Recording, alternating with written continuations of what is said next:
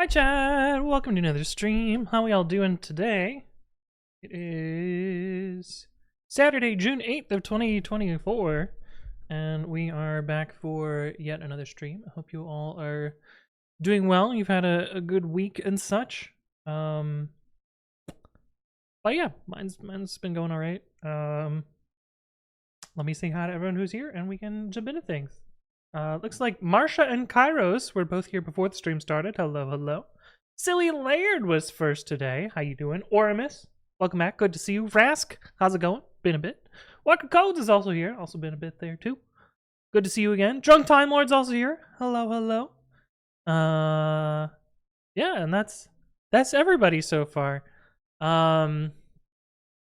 Let's see. Oh, I don't even have my browser window open. Let me get that going. Did I log in my password manager? Oh, we're on top of things today. Look at that. So I haven't done too much since last time, other than people kept asking support for Conda and Homebrew, and I'm just like, well, they are no longer going to be listed on Pokemon.com. You got PIP, and that's it, and the zip app. Those are the official ways. Everything else, good luck, have fun. You can do your own thing. But anyway, the plan for today's stream is to look into typevar defaults. Mostly I want to play around with them, see if they've actually been implemented yet in MyPy, and then work on getting them working in pyupgrade, because there's a few, I believe, that were blah blah blah blah blah. Did they not talk about the ones they're going to do? Because I seem to remember oh, they didn't actually talk about the ones they were going to use defaults for. The one I care about is generator. Generator, which I believe was the entire reason that this PEP was added in the first place, was for generator. And I'm hoping that MyPy supports it already. But if it doesn't, we'll make the formatter, and then once MyPy supports it, we'll merge it into pyupgrade. That's the plan for today. I also have a bunch of other stuff to look at, including a pyupgrade PR, so might as well batch them all together at once. Generator is now any none in MyPy. Nice. Good to hear. This one I just fucking forgot to do. So I'm glad Alex did this for me, because I just forgot. Yeah, I just forgot. But glad they did this, and so we'll at least get that in there. 10 out of 10. Fuck Conda. Yeah. All my homies hate Conda. I want to say there's one other repo that also uses that data, so let me make sure we've got that one too.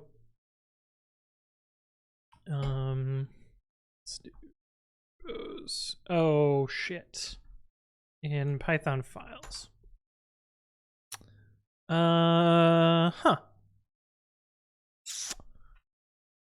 Is the one that I'm thinking of then. I'm thinking of this repo, but maybe this just uses standard lib data.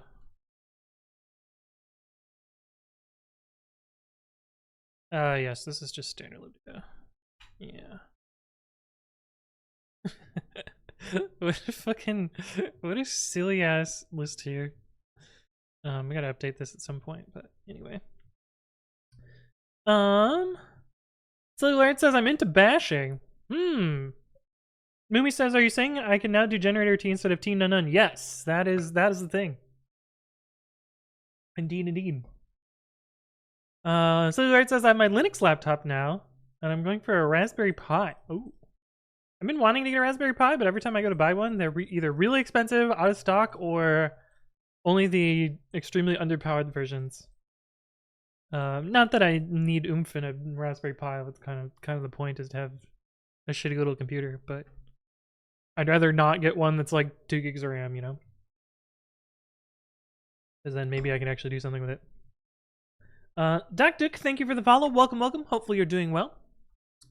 So first off, I just want to play around with these and see how they work. I already have a Y directory. Oh, right. We'll make another Y. DDELSP! DDELSP! Oh, that's terrible. 42 months of sub. Thank you. Appreciate it. At tier 3, as always. And it's good to see you again, DDELSP. I hope your internet comes back. Man, 6 hours without internet is tough. I know that feel, though. When was the last time I didn't have internet for a long time? Oh, up north. But now I have internet up north, which is nice. Also, when I moved here, I didn't have internet for a while, and I was like, this is pain. But yeah, welcome back. Thank you for your continued support. There's some solid Raspberry Pi alternatives this time. I'm gonna check those out then. But let's see if MyPy has actually implemented this yet. I don't expect it to work without future annotations. But I'm hoping it does work with future annotations, because otherwise, let's see. So I know this won't work at runtime. Without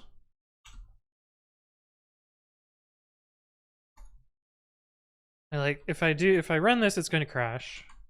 Too few arguments, yeah. If I MyPy this, it should also complain, yeah. But I'm hoping MyPy's okay with it now. Fuck! Why not?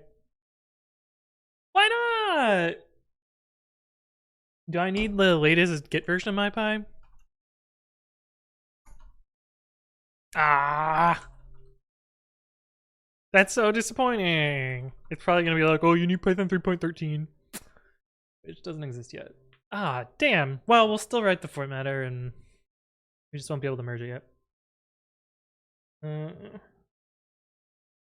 let's try development MyPy. Maybe that'll work. I know that it probably works. It probably works from typing extensions. Like this probably type checks properly. No, even that doesn't.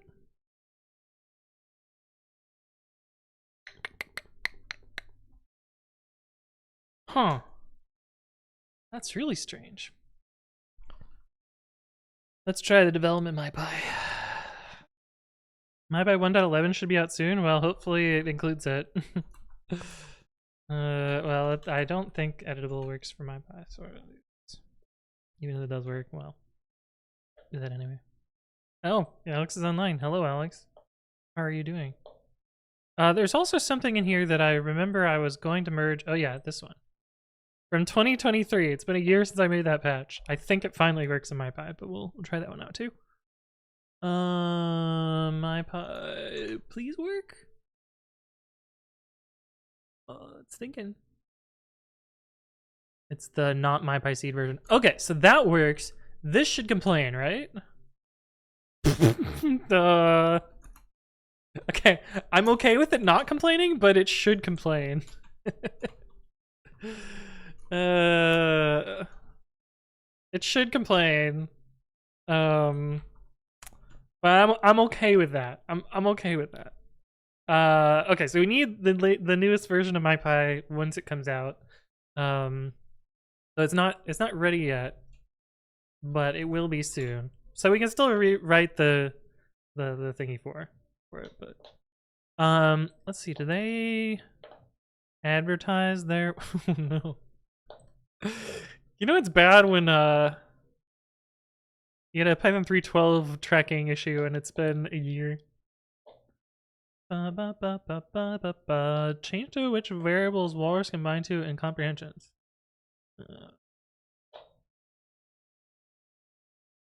3.11's finally done though. 695 is still not done? I seem to remember it's mostly there. Added fix MyPy C to the list. Donbray says Anthony full stop. What? What's up, Donbray? What you got? Recursive type aliases and JSON support are both in there. I thought recursive type aliases have been working for a while. Like I thought those were way back in like MyPy 1.8 or something like that. Because I know I've been using it at work for a while. And there used to be a flag for it, and then you would remove the flag when you upgraded. And I'm pretty sure we removed the flag. But drugs. Okay, anyway, so it's not there quite yet, but it will be soon. So that's gonna be okay. The other thing I want to check is internal error during type check. Yeah, that's how MyPy crashes. This one needs this first, and it looks like this is merged, and it looks like it's been merged for a while. October of 2023. Okay, so I just forgot to watch the issue. But I seem to remember the syntax is new in Python 3.11. So let's do that. Yeah. Mixter Jake, thank you for the resub at 47 months. Hello to you as well. Thank you for your continued support, and I hope you're doing well. 47 months later, COVID finally got me. No, not the COVID. Well, I hope you're feeling all right, and I hope you get through it. It sucks. you managed to get 4 years into the pandemic before getting it. But I hope you're feeling better. I hope you get through it. Cellular says I want to get a bunch of mini computers and some big server hardware. My setup is gonna be nice in the future. Ooh, what do you plan to do with your home lab stuff? Because I've also been like, I want computers in my house, to have computers in my house. Then I'm like, now that I have computers, what do I do with them? Kibith, thank you for the follow. Welcome. Hopefully you're doing well. Wallace says, do you know about Tinygrad? Sounds familiar, but I don't know. I don't. Kanan Jarris is also here. Hello. How you doing? Ooh, this one shiny? Nope. Damn. I've been watching this number. Because I'm trying. This is the only mans I need left to get shiny. And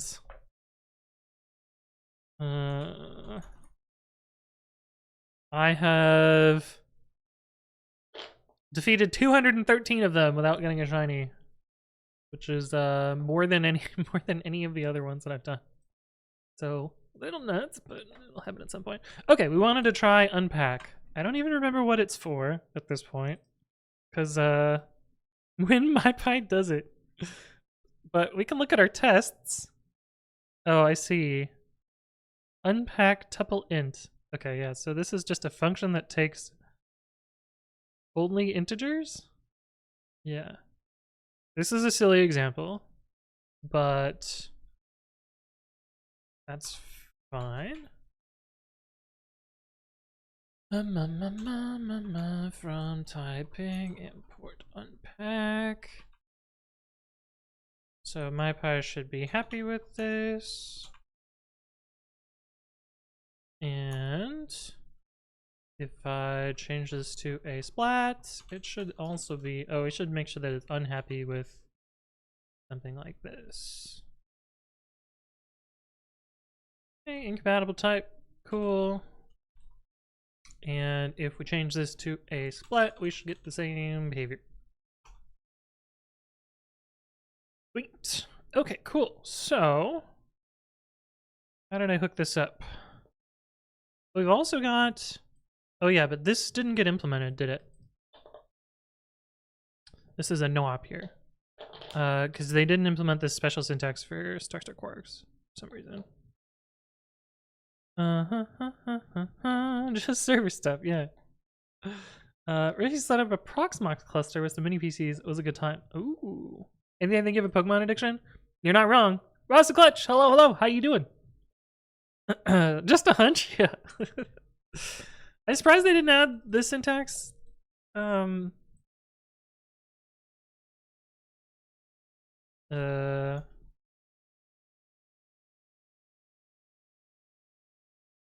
Yeah, I'm surprised I didn't have that syntax, but what are you gonna do?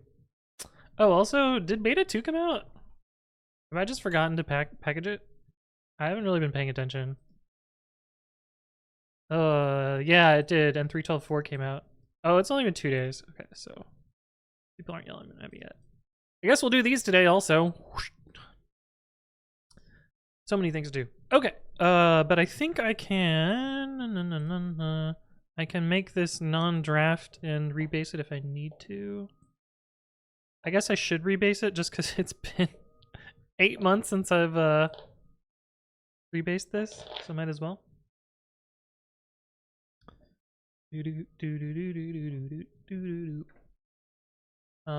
While that is going, I got a little thing to fix here because that's gonna run tests.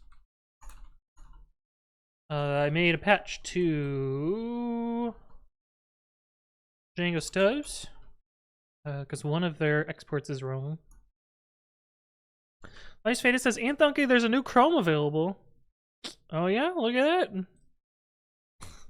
I don't really use Chrome, so it updates when it updates. What am I doing? Git fetch. Oh, what is my branch called? Probably patch 2.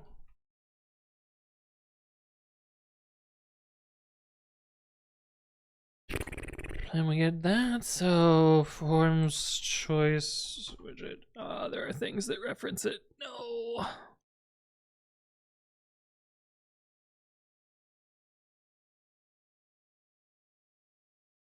So this has to be widgets. Widget stuff. Choice widget.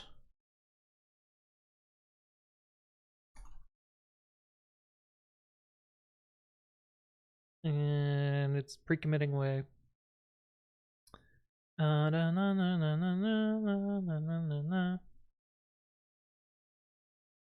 are you doing?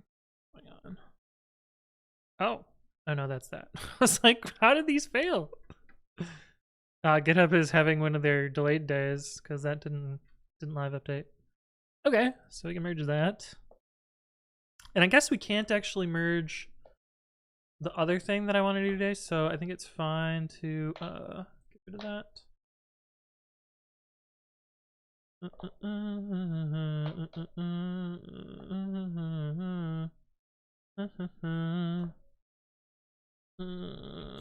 Not planning to. The safe and idiomatic approach is only written. Oh yeah. I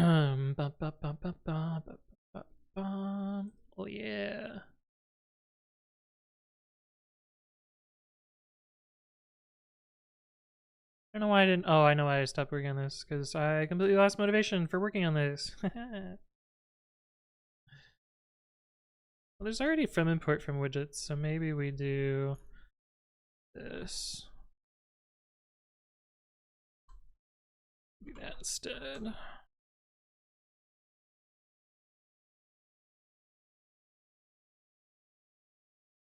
I guess we should look at how it's actually imported. So this is not present there. What are all of these things here, I wonder? Because I suspect that that's not supposed to be there, but I don't actually know how their tests work. I'll do run tests. Runs mypy.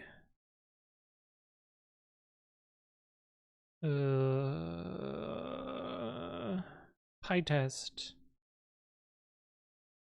With Python path? Stub test.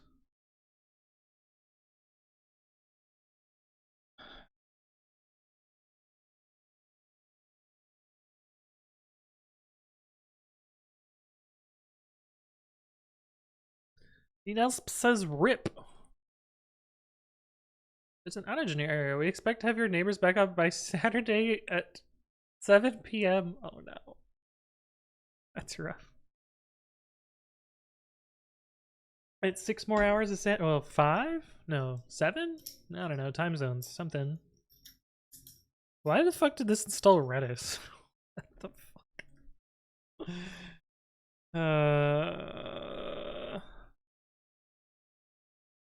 There's this thing. There are no PyI files. This folder? Oh boy.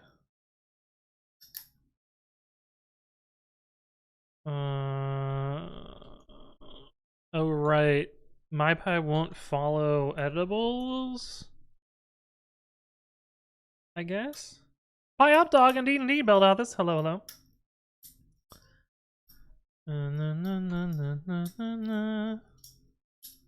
Should be much cleaner than that last round. Alright, cool.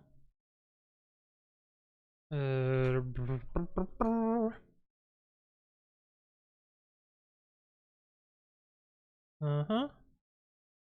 How is this slow? What are you doing?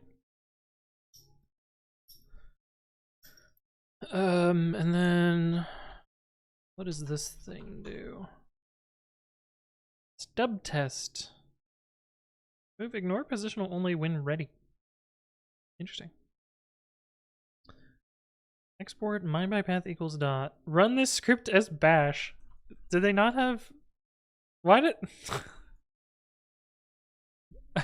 Why does it have a shebang? And it's not executable. That's weird. When a line of code is exactly 79 characters long, such a satisfying feeling. Yeah, I know that feel. It's pretty good. Teenager says, want to get your feedback. My company prefers to perform query retrieving data from database using ORMs instead of using SQL queries. Is Django ORM / SQL Alchemy better than executing SQL? Oh god, what the fuck is this?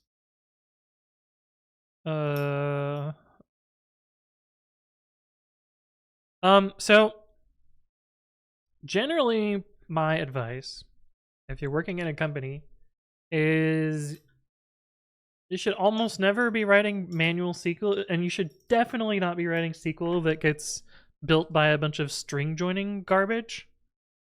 How do I get it to fucking ignore this shit? Because I don't want this at all. Yeah, we'll just ignore it. Generally you shouldn't be like jamming strings together to make SQL. It's fucking 2024.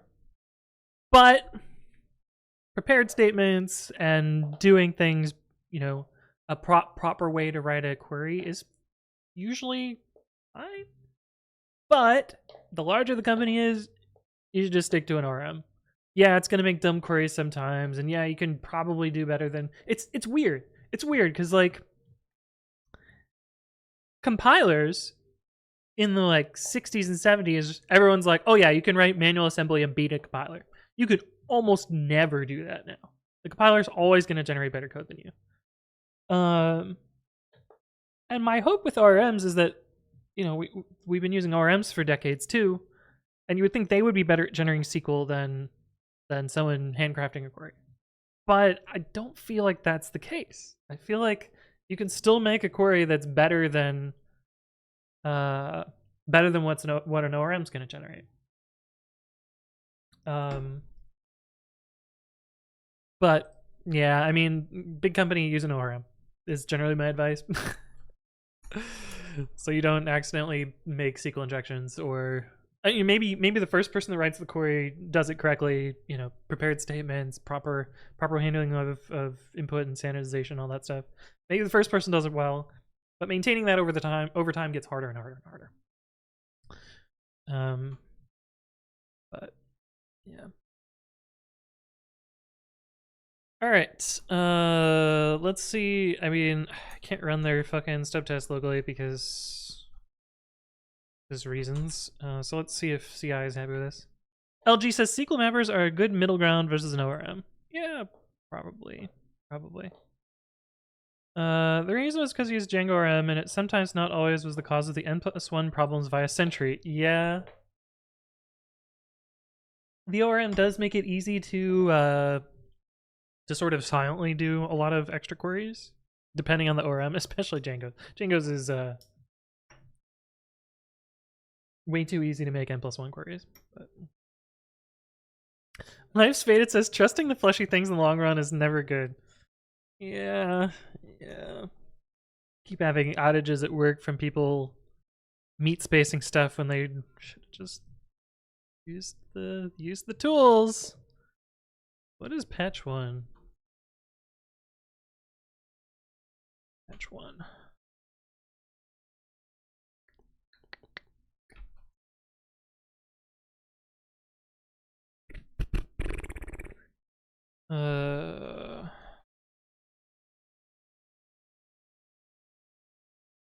What did I do for you?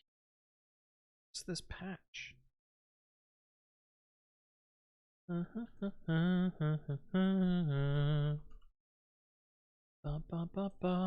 of these probably. URL validator call. Is it this one? No, that's patch 2. We already did patch 2.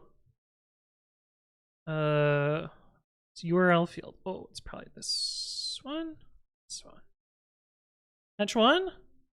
Hey, let's go. Okay, cool. They do squash merges, maybe. Yeah, it's squash merge. Yep.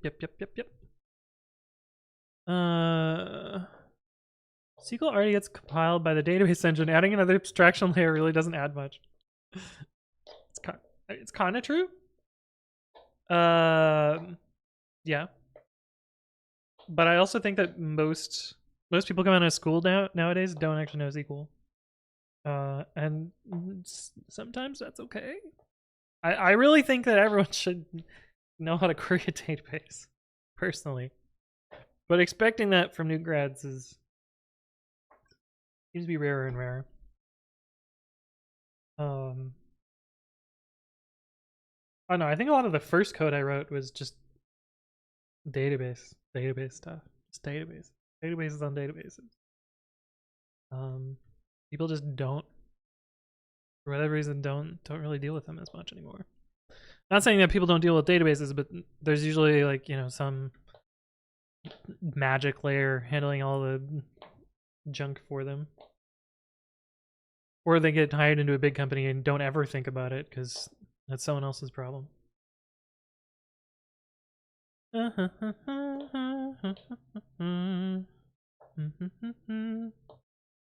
Typically, even with ORM, I want to use database-specific features anyway. I find that nowadays most databases have about the same features unless you're doing some really, really nitty-gritty stuff, but those seem more of a liability than a benefit. We have a bunch of like custom Postgres shit at work for Sentry, and there's no reason for it to be custom Postgres shit because it's just very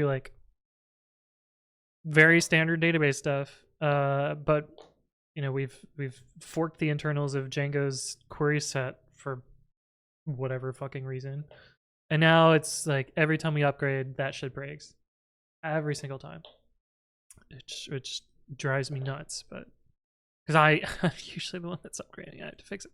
Ah, damn, this didn't get fixed. Unused allow list. Oh, nice.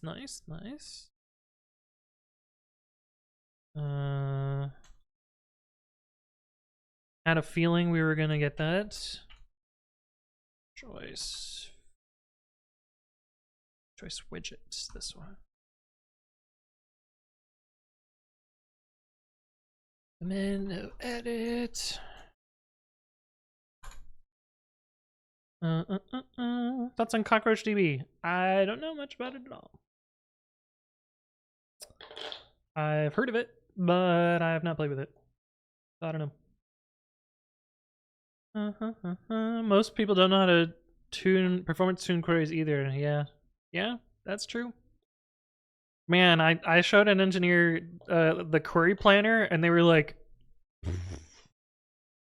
no wonder this query is slow. If only I knew it was doing a full table scan. It's like, oh. Stuff is so basic. Why am I teaching you this? SQLite versus anything else is a big difference in features. That's true. That's fair. Yeah. SQLite is pretty basic. But SQLite also has a bunch of like complex features that other things don't in some places, in some weird ways. But I know too much SQLite. Watsugacha says, what do you think about denormalizing using something like Cassandra? It depends. It depends. Like, if your data model's never going to change and you know for certain that your querying structure is always going to be the same, then locking yourself into a denormalization can be fine. More realistically, you're gonna have to do a big refactor of your data set at some point. It's gonna be a pain in the ass. It's just been the way that I've sort of felt about this. Or you end up doing in-memory joins, and then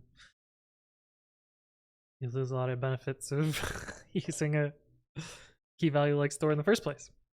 But I don't know. I find that prototyping with a relational store where you don't give a shit about like, oh no, I'm gonna have to do joins, blah blah blah, can be nice until you get something working, and then you're like pretty certain about your data structure and how people are gonna use it, and then you can kind of optimize with it with something like Cassandra, something else. But I don't know. It's hard to fix it after the fact versus iterating while prototyping and then getting to the point where it works. Walfred, hello. Thank you for the restop at 19 months. TTS Reddit, I'm not going to read it, but I hope you're doing well. Welcome back. Learning how to use explain should be day one for any new dev. Yeah, I think that's true. Read it.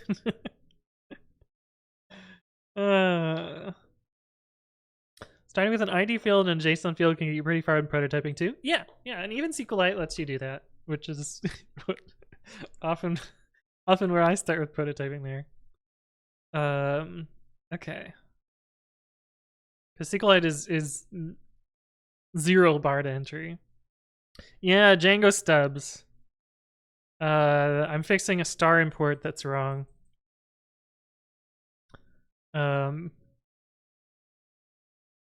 Yeah, because I went to use this and MyPy passed and then it crashed and I'm like, what the fuck? MyPy said this was fine. But yeah, this is not part of double under all in this file, so it was mad. And then I'm gonna have to cherry pick it into this. Oh right, the org is called getsentry. Like, what the fuck? I'm pretty sure this repo exists. I'll have to cherry pick it into my... Still there. I think I've mostly gotten the stack down to just the oh yeah, so this one, this one, this one.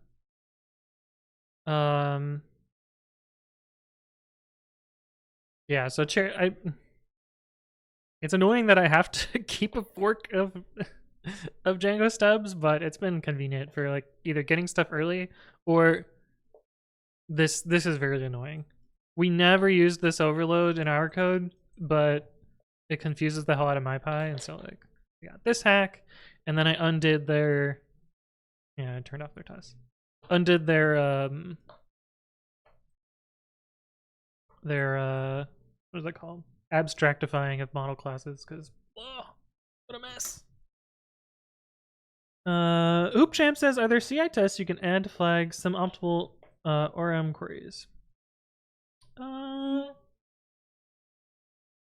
Yeah, I mean you can run, but you have to build stuff. I don't know that there's anything out of the box, but you could set something up that looks at all the queries you run in test. And we sort of did this at Yelp. We sorted this for Yelp, where we had a thing during dev that would analyze every single query that ran under test. And if it did something, you know, full table scan or too many rows or something like that, it would be an error under test. But yeah, you can totally do that. Have they pushed 5.0 to prod? Sentry's on 5.0. Yeah, we're on 5.0 and 5.0 of Django stubs. I did that a while ago. I'm having trouble with 3.12 right now and don't know why. There's some like weird deadlock somewhere. And yeah, I broke prod on Thursday, which was fun. Snipsy, hello, welcome back. Even though it says first time chatter, you got a new account. What is this warn Snipsy button? I almost want to click it. Snipsy, is it okay if I warn you? I wanna see what it does. Can I click it? There's somebody in chat want to get warned. Snipsy want to get warned. Okay, we're gonna click it. Chat warning: issue warnings to chatter for violating this channel's community standards. Enter a reason. Why is this dialogue broken? Oh, there we go. Woo, CSS. Send warning. Are you okay if I send this? Can I? Where are the lemurs?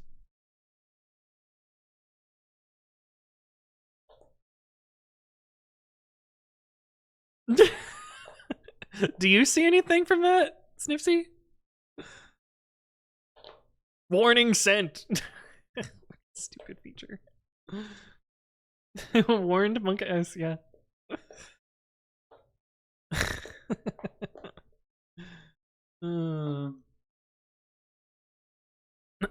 Warning! Yeah. Okay, I don't know that it did anything. Along with Chris, hello. How you doing? It's in the stream chat? Oh. Does it show up for you? It's kind of funny. Anyway, what was I doing? I was fixing something. Where did it go? This one.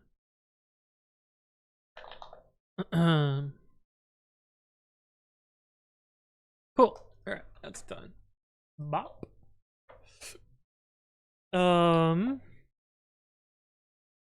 Yeah. So we merged this. We merged the other patch here. I'm gonna make a release of this, even though we're still gonna work on it. But we can't merge the thing yet because my pad doesn't support it yet. Yeah, but that'll be cool. Did that make it into? This make it into 3.13? Yeah, cool. Cool. Oh, and we gotta. I'm gonna try these. No, I know this one's gonna fail. Well, we're gonna try it anyway. Python 3.12. We're gonna try these, and they're probably gonna fail, and that's fine. Possible that they succeed though, which would save us a bunch of time. 3.12.4 and 3.13.0 beta 2. Let both of those run. It already failed? Oh no, it just hasn't started. It's like, damn. Punished by CI immediately. Okay, so let's I've said okay like 5 times in a row now. Great. Good job, me.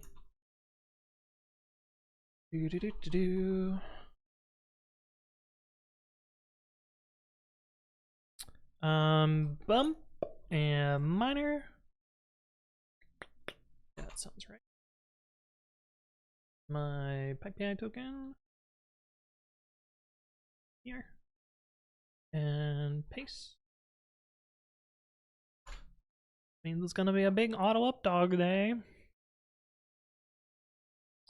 Just fine. Okay, so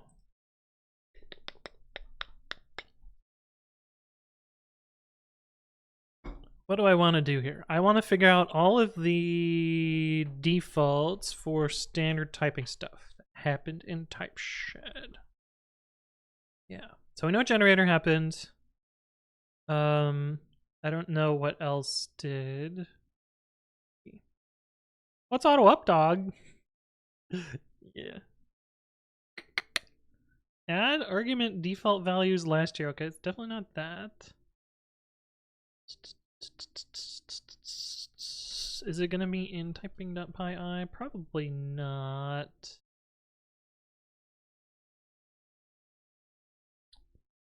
Probably not.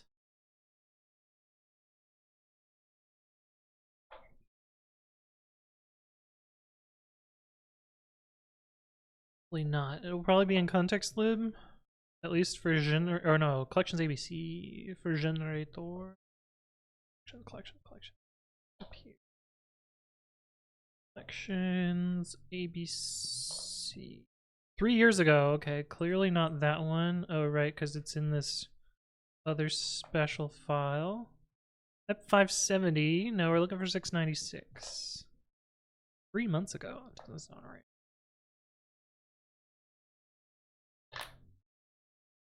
Is it not in typeshed?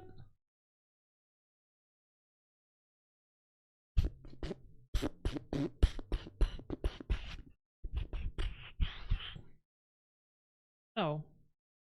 Yeah, here it was in this file. I just didn't find it. History PEP 696. More 696 updates. Okay. This one. And this one. Add second type parameter. Oh. Marsha says sing a pop punk song, whatever's stuck in your head.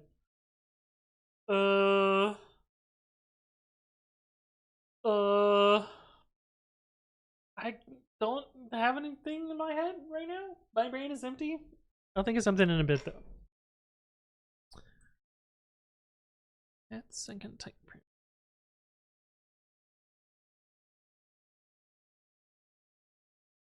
Exit T co. Oh, I see.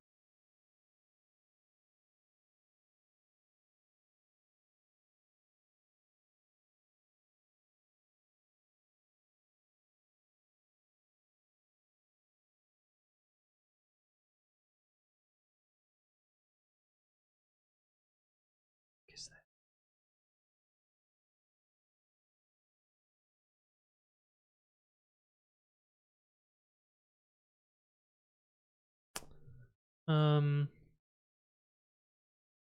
His brain being empty is like the ocean being dry. Yeah.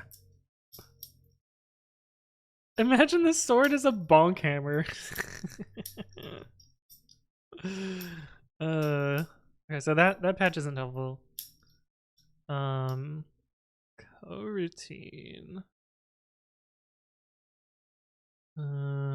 Send T, return T. Contra ND. Non-default variations. Coroutines. An async a waitable generator having a fourth parameter. Christ.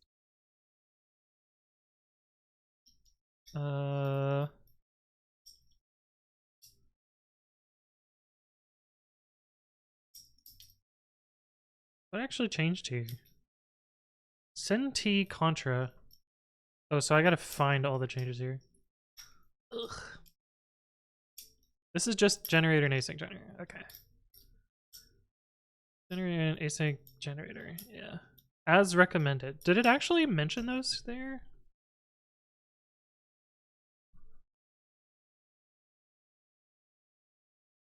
No.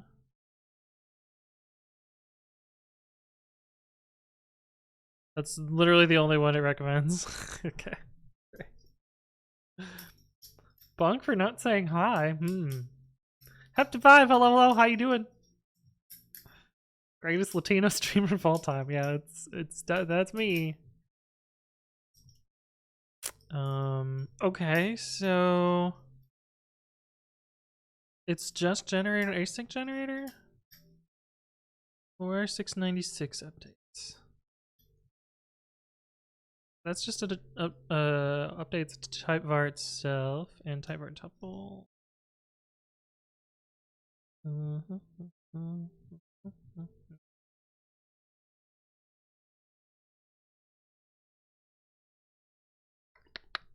That got moved out of typing extensions. Okay, so not important. So it's literally just generator and async generator.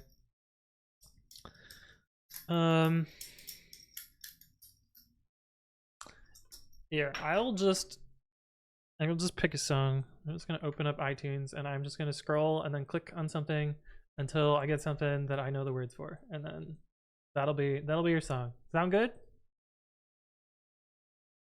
Yeah, that's what we're gonna do. Okay, not looking at it, click. I don't know that song. Not looking, click. Oh, I don't remember the words to that one either. That one's a good song though. Not looking and click. Nope, not doing that one. That'll get me banned. Why is that one unchecked?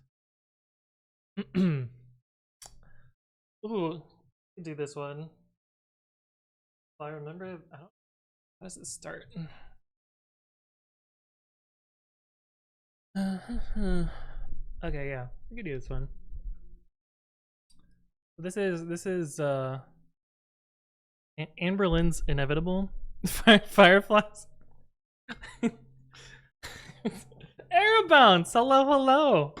Good to see you again. Oh, you have the fancy badge, so you're gonna get this. Congrats. Welcome to VIP. Appreciate your continued support. I hope you're doing well, and appreciate you stopping by, even if it's just for a look. Airbounce, you've been here for so long from AOC. Okay.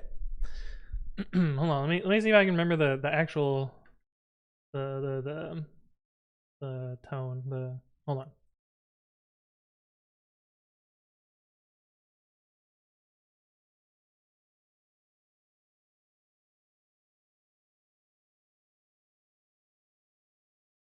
Okay, I guess we can do this. Yeah.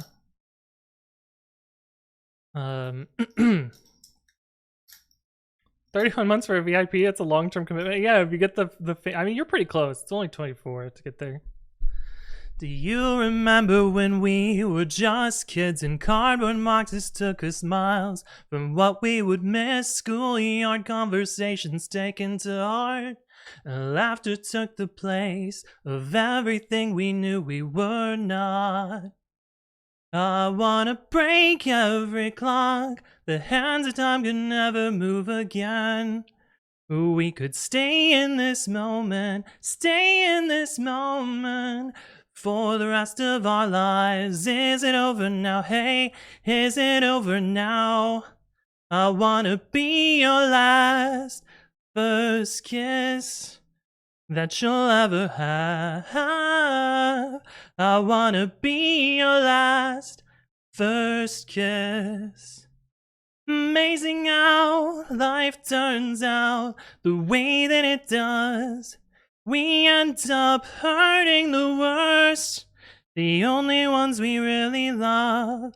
I wanna break every clock. The hands of time can never move again. And we could stay in this moment for the rest of our lives. Is it over now? Hey, is it over now? There you go. There's a song. Fuck, this failed. Damn. I kind of expected it to fail. I'm pretty sure there's a merge conflict. I'm pretty sure it's really easy to solve. Yeah, this damn file. Every time. Alright, there's your song. Oh, I gotta check the little box so that I don't forget. QQQ. Oh, we got unbanned requests. We haven't looked at those in a while. Mark is complete. Thank you for your points. Unbanned requests. You want to look at unbanned requests? They're sometimes funny. Sometimes a pain in the ass though. Unbanned requests. Oh shit. Got rid of chat. No, we want chat back. No, stop. Oh. Oh god, what has happened? Oh, there we go. Okay. Unbanned requests. Here we go. We got one new one too. I got a lot. Let's see. Okay. 8 months ago. There's no information here other than I just banned them. Oh.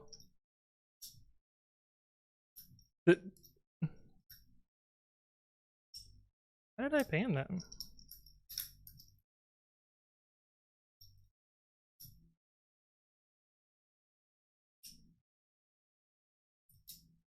Why did I ban them?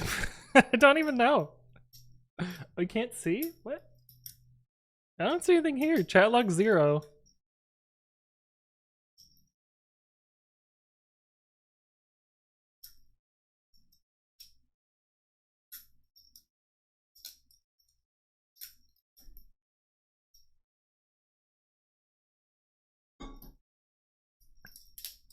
Probably in someone else's stream. Yeah, this was October 9th. Did I even stream that day? We're gonna do some sleuthing. I'm pretty sure. Either it's code-vods. A misclick? Maybe, but it's like 3 clicks to ban somebody. Snipsy, thank you for the sub. Appreciate that. With 3 months in advance. Appreciate you. Stop by on your new account. This is gonna be 2020.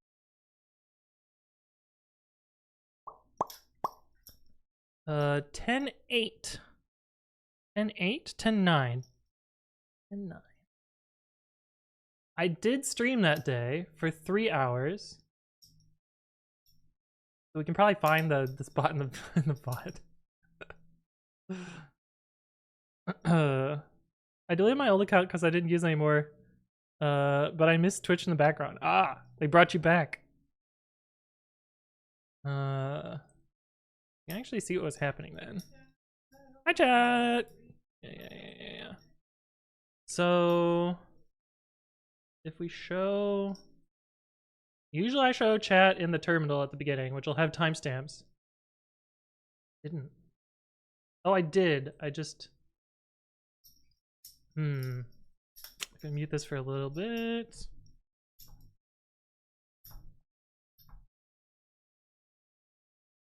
Yeah, intro, come on, Andy. Oh, there it is. Okay, so I started at 12:55, and we banned them at 2:55. So about an hour into the video. Or no, 2 hours in. Yeah. So what were we doing at the 2 hour point?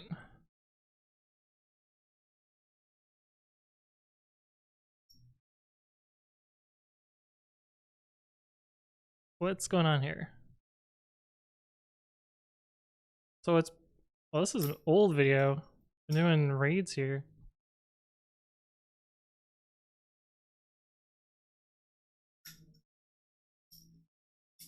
I feel like I'm in an incident room, yeah.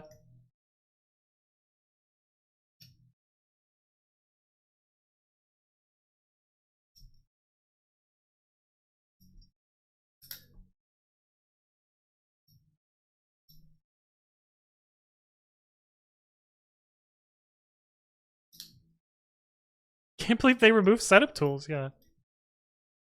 This is right around the right time.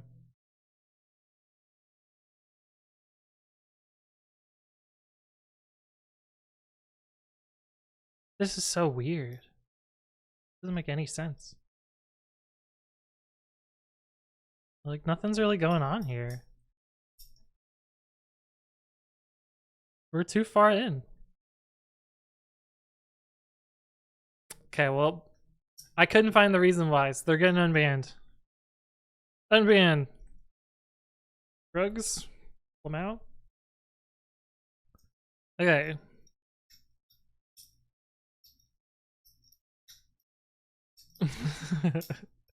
Deny.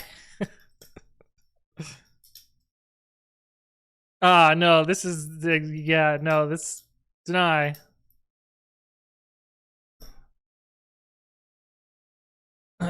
This person is like they've made like several accounts and also told me to die in a fire literally a while ago. So yeah, they're not coming back. But anyway, we're good. Viscount Thanos, hello, how you doing? Old video, same shirt. Probably. Okay, cool. What the fuck was I doing? I don't even remember. Oh yeah, it's just generator and async generator. Okay, pretty easy. They're gonna pop up again? Yeah, 100%. How many arguments do you have? Oh, it doesn't say. Sections.abc.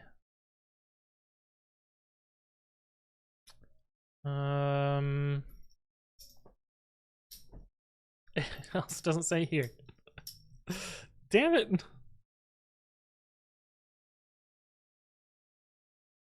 I wish I could wear a shirt from a year ago. Did you lose a bunch of weight, Wilfred? Why does Twitch block out LMFAO? Wait, really? That's weird. Mustack, hello, how you doing? All my clothes are years old. Yeah, kind of same. Let's go on the says something. I saw something on VC, and I couldn't resist the chance to propose something original. Oh yeah? I gained a bunch. Bulking, now I look like a linebacker. Oh. Getting beefy. Oh, all caps? Yeah, that probably was it. I don't have that setting here though. Consider the function below. Anyway, async generator. Async generator only has 2 types. Okay.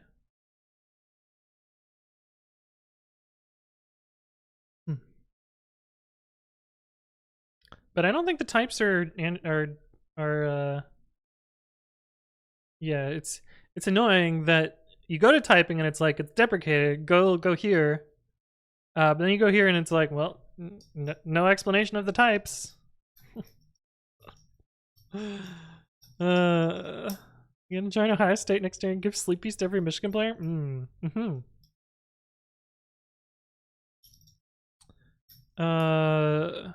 Well, they made these deprecated ticks way more annoying. Okay, but yeah, so async generator has 2 arguments, generator has 3. And if they are all none, we can nuke them, I think is plan. I'm not at work. PEP 696.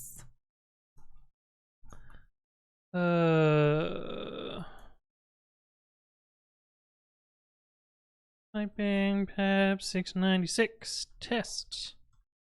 Not pi. I don't even. It's been so long since I worked on this thing. I don't even know how the tests work. Test features. Let's find the shortest one. Xargs. Each file. Let's deprecate everything and not give replacements. I'm pretty sure that it'll be stuck in there. Oh, not pi. No such file or directory. I shouldn't be using ls. That's the problem. Ah, this one is easy. This one is very simple. We'll copy the pattern from this. My test mark parameterize. These are the no-op ones. Test fix PEP 696 no-op. We actually need version though. Oh, we don't have support. We don't technically have a Pi 13 plus either PEP, yeah, I think yet, right? Because we don't technically support that. Yeah, we have 312, we don't have 313. I need to delete these ones at some point.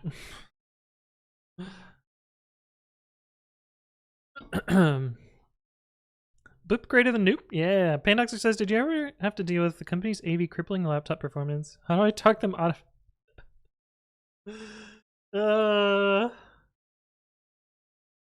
I assume you mean antivirus and not audio or video, but yeah. God. I feel like Sentries isn't terrible right now. I think the main way that I've gotten this fixed is to be friends with the security people. And then go from there. But it's really hard to make that argument against somebody who doesn't give a shit about whether developers get stuff done. But yeah. I don't know. Serve. fix plugins s settings equals settings min version. Okay, so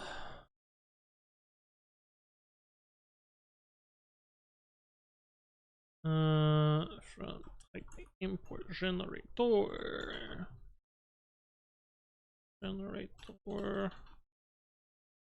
It's not none.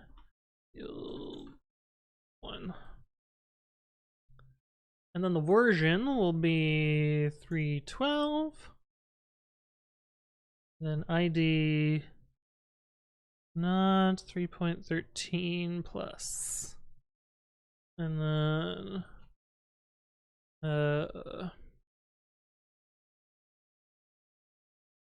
no future annotations. Future import annotations.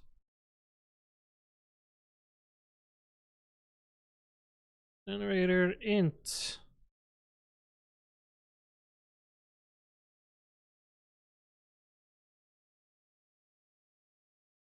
Bloop, bloop, bloop. ID equals already converted. Oh, we gotta import.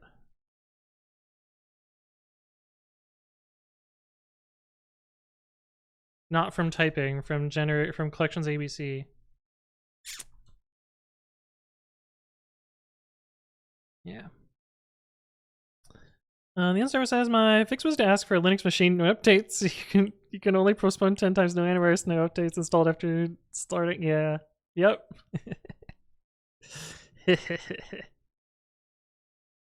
Explains parameterize. Yeah, there's a few there.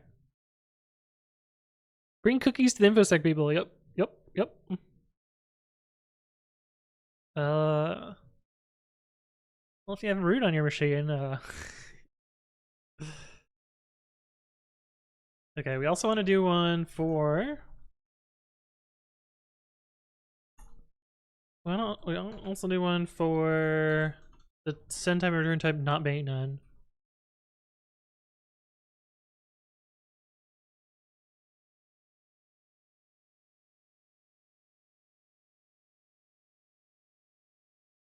I guess it can technically remove this none, but I think if we put the send type, you're kind of asking for it. No, we'll think about that.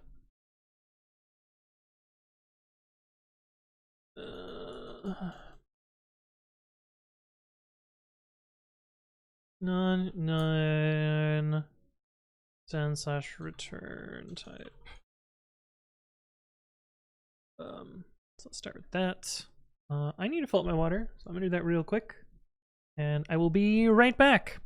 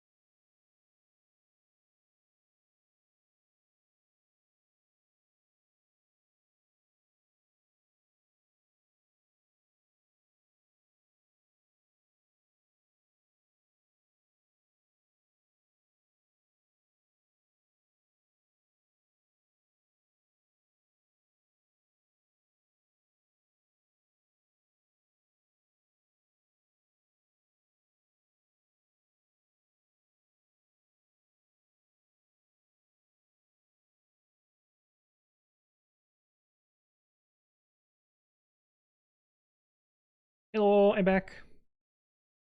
I spec'd out some no-op ones. Those should already be passing in theory, because we haven't written any code yet. Yes, of course they are. I have the wrong virtual. Okay, cool, they're passing, yay!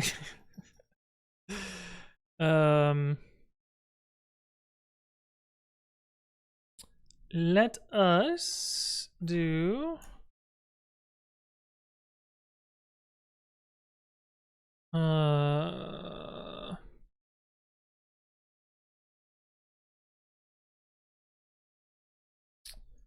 let us do this.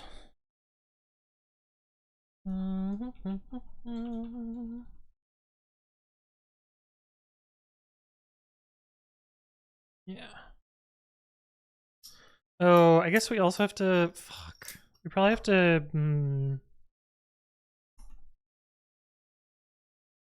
probably have to do this as well.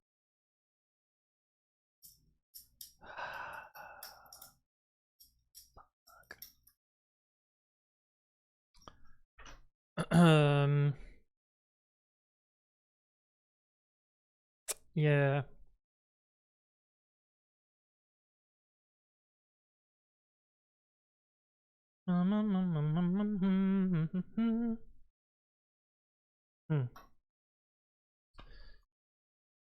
PEP 696 no-op, keep runtime typing.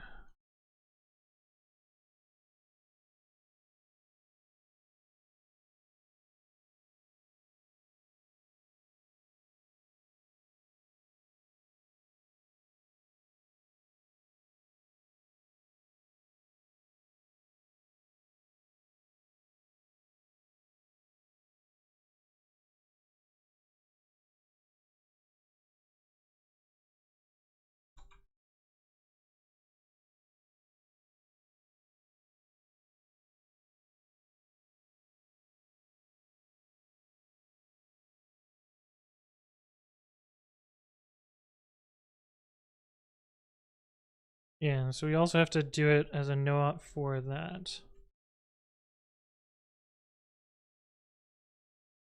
Okay, cool. Belcom whack, yeah. Yeah.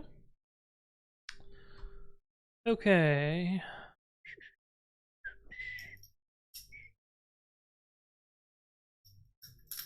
Maybe I don't do this.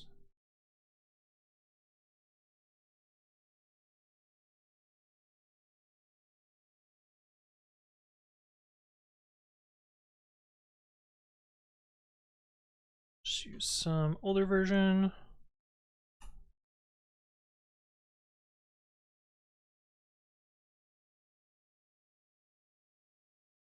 And even though you can't do Pi 313 plus, we will be able to test this, and then when I add that feature later, it'll just work.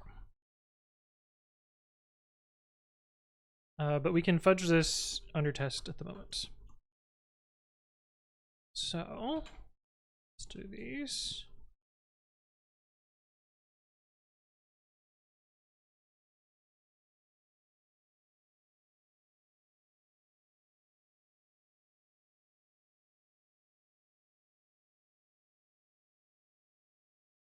Oh, we should also make it work for typing generator. We'll do that as well.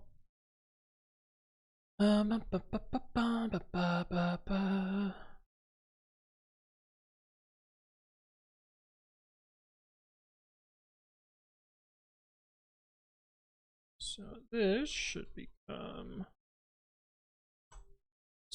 in 313.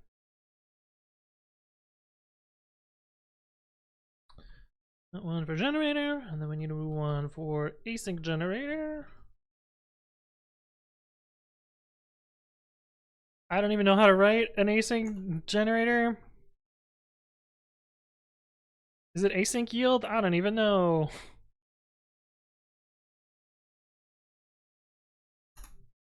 I don't write enough async Python to actually know or care.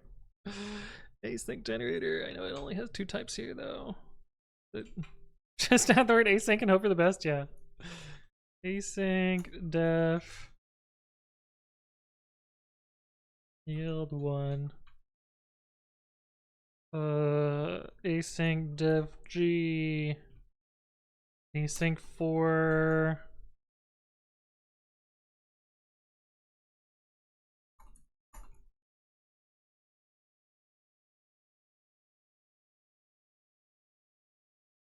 Coroutine got function. Yeah, that seems fine. I think that's how it's supposed to work.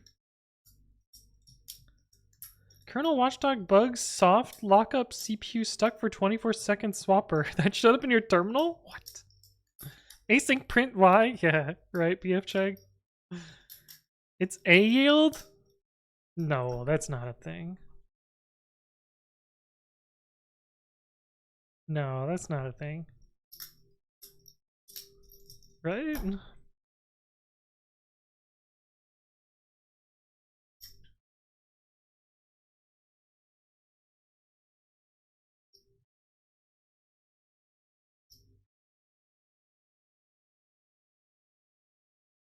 No, it's just normal yield. We're good.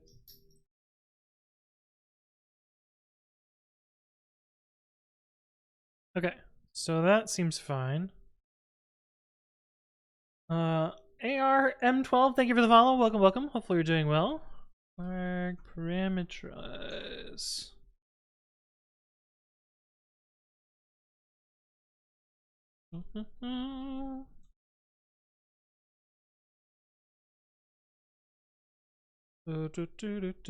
From these all have to have from feature input annotations. Feature annotations. We'll do one with typing.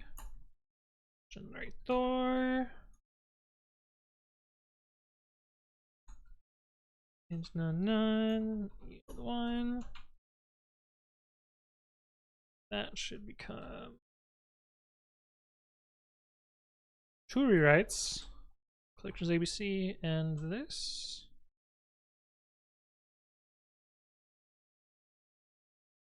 Then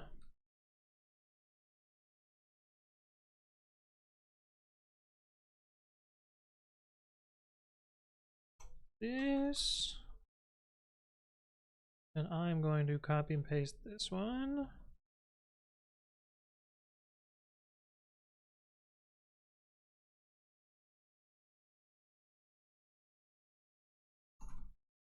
Maybe we'll put some new lines in here so it's a little more clear what's going on. Oh, yeah, and that would, oh wait, I just put this in the wrong spot. Yeah. Good job, me. Yeah, the new lines helped. Hooray!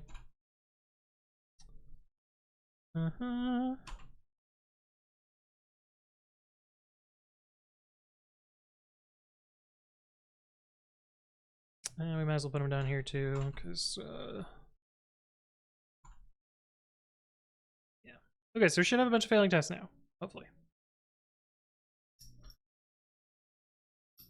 Once the linter runs, I don't know why it's taking so long. Don't know what it's doing. Probably reinstalling due to version changes. Unterminated string literal. Why did it fuck up the formatting so much?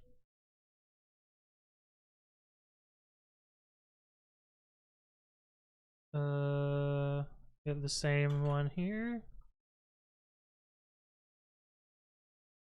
That was weird. Probably the same one down here as well.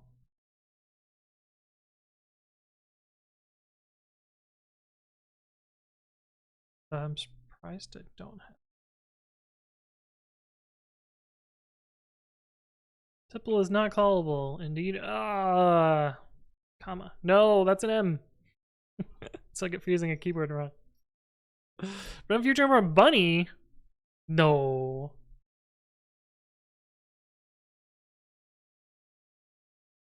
$96.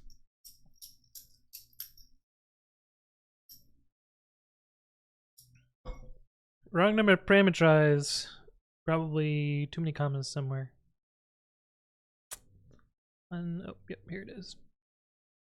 And this one. Yay, failing tests. Hooray. Cool. All right, so now we get to do the implementation part. I upgrade plugins, typing PEP 696. And let's look at how one of the other ones looks.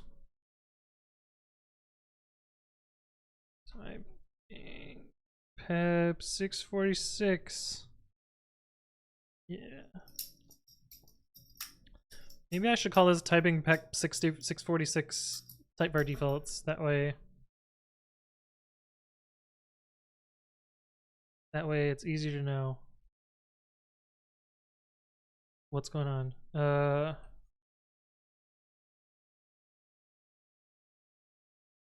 Yeah, like that. Typevar defaults. Cool. Typing PEP 696 typevar defaults. Okay, so how does this work? What is the best way to make this happen? Visit func.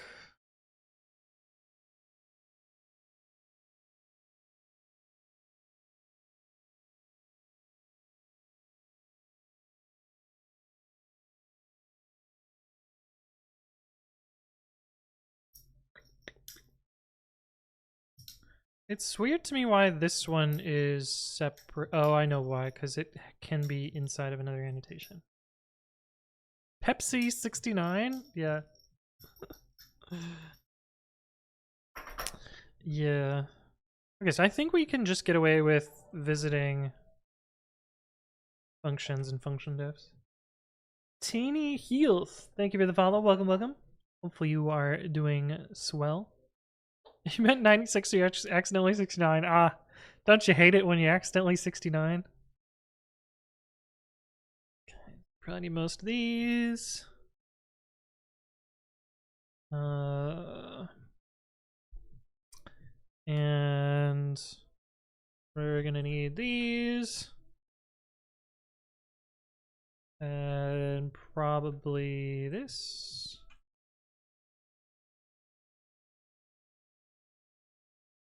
Yeah, that seems like a good start.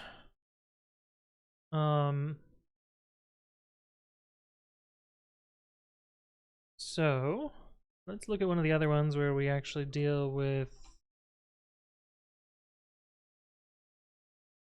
this one.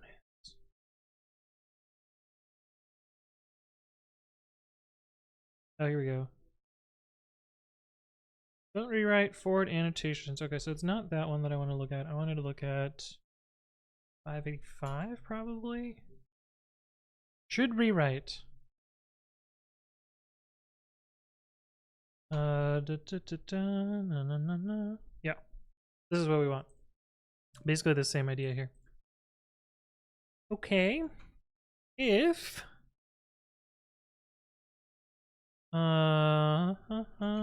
state.settings.min version is greater than or equal to 313, or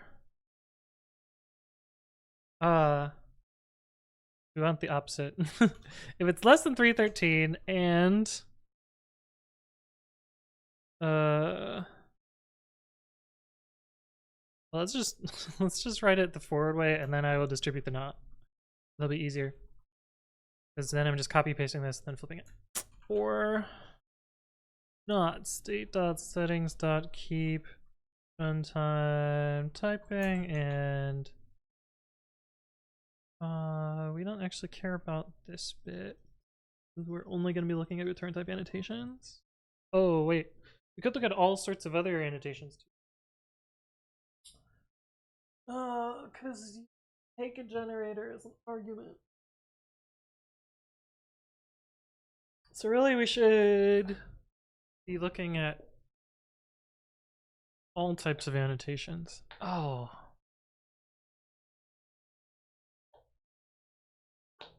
Teen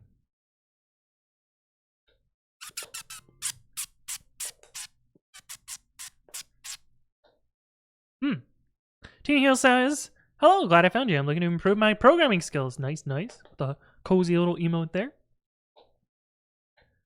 Neil Server says, "I still have a hard time understanding when it's iterable T and generator T."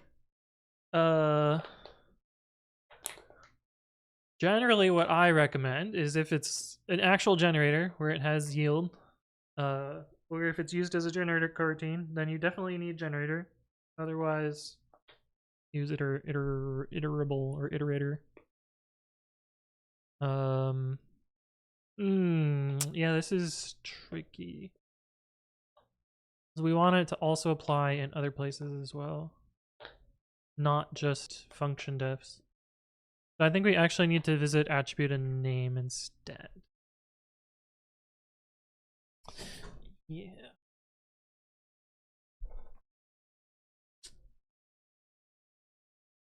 Okay, in annotation and annotations date thought from its future.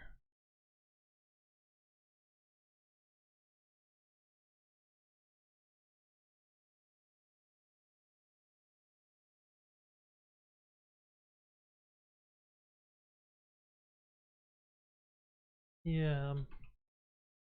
Okay, so then distributing the not, we get not, or we can do less than and not this. Then to distribute that not, we get not, which becomes this. We get or not,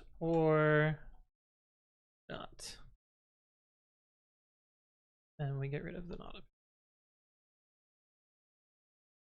Okay, if it's less than 3.13 and any of these three things is true, keep runtime typing, or we're not in an annotation, or annotations is not a future import, then we return.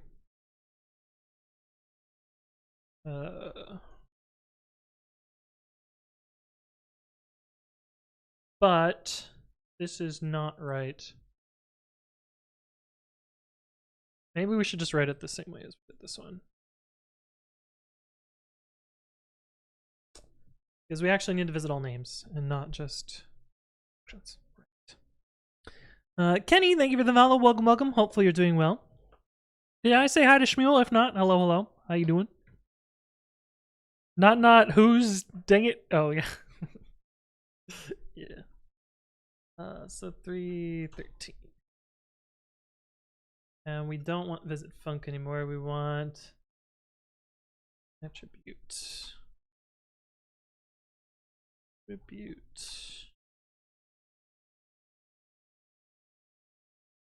And we want name.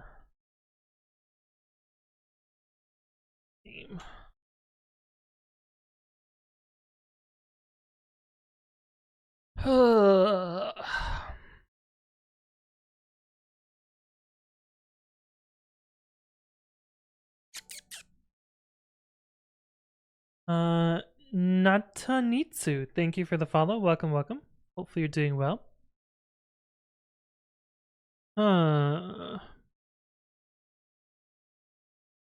So now what? Now we get to the hard part.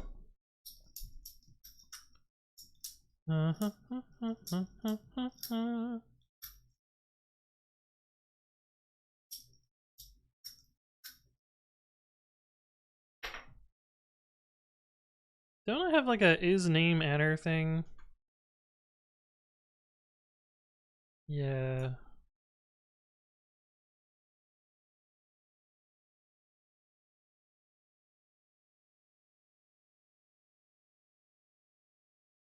Imports mods.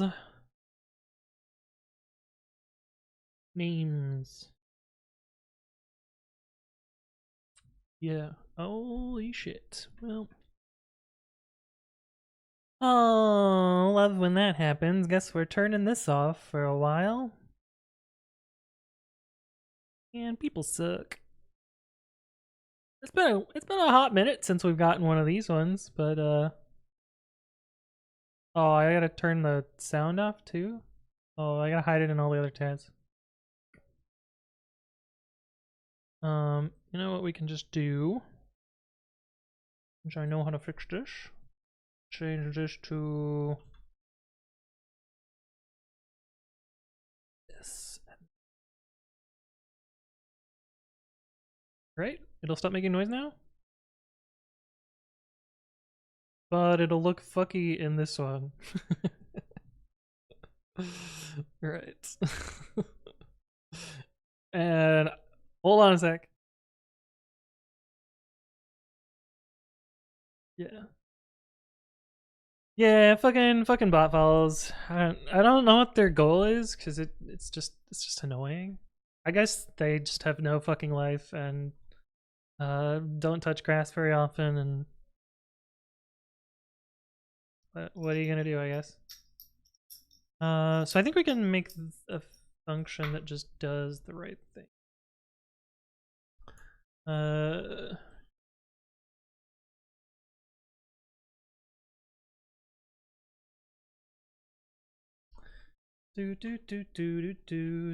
State node. This. We don't actually care about the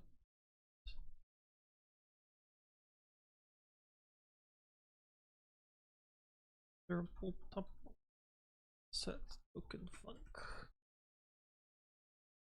This might fit on one line.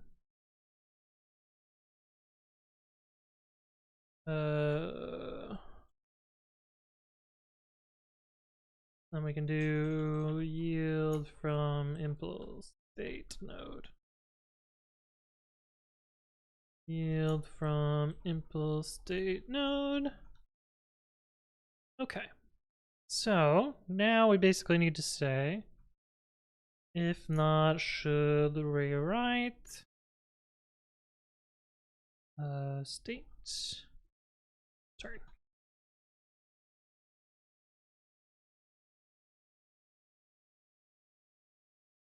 We can also do it as plugins typing 5. It doesn't really have an effect to you in the long run. It's just waste effort on their end. Yeah, I mean, that's what happens. It's just a normal part of streaming. Twitch doesn't give a shit about it, and they don't fix it, so what are you gonna do? What are you gonna do? I'm surprised that I didn't do the thing here. Oh, because I guess this is different. You have internet again! Oh, nice! Sooner than expected. Cool Mac Blue! Hello, welcome. Oh, the bot got you there. Perfect. Okay, so if is name adder, which we have here, node. If is name adder node, import state dot imports mods, selections at ABC or typing, and then names. Generator. I think that's how this thing works.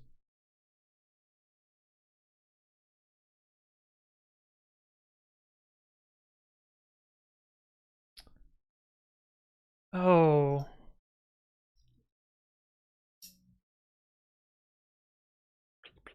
Shit. We actually need the subscript call, not the name call. Ah.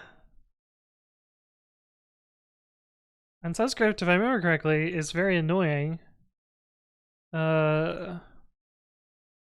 Because in Python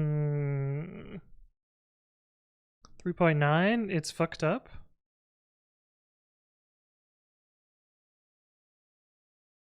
We have a visit subscript here. Yeah, because we have to do this shit.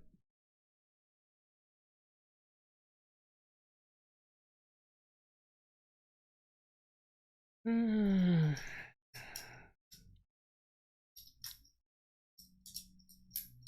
don't know how that works.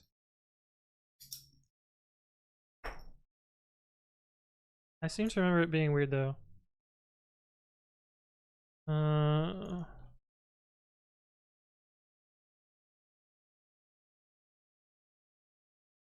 Make some virtual labs and find out the answer together.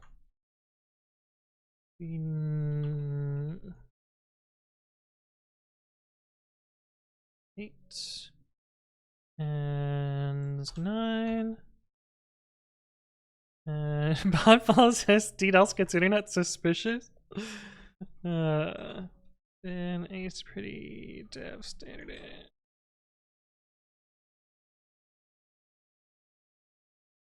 See what these look like in all three of those. So we get subscript index tuple in 3.8. In 3.9, we get subscript tuple, which is what I remembered. Yeah. You know what we can just do?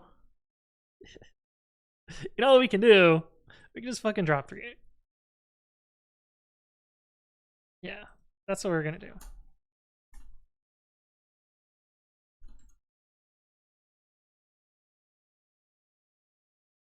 Because it's a pain in the ass. Goodbye, 3.8.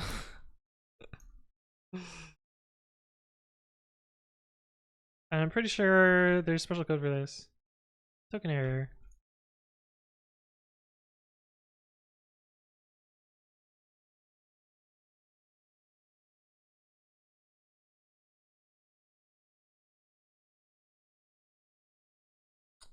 That's an old BPO.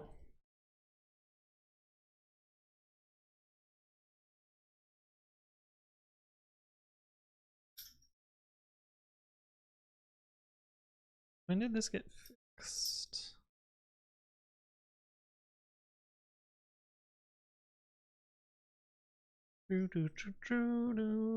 By me.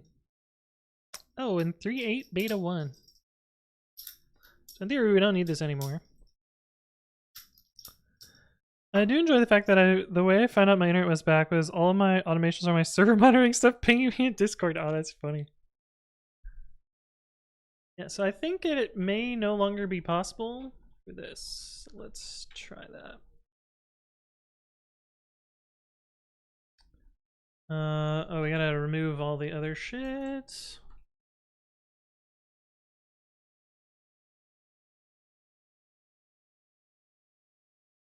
Bye, 3.8. We will not miss you.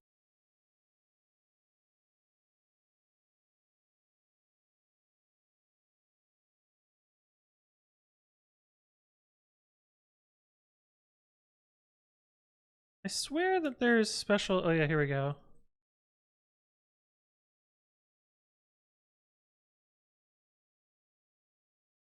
We should be able to find all of these ones and clean them up.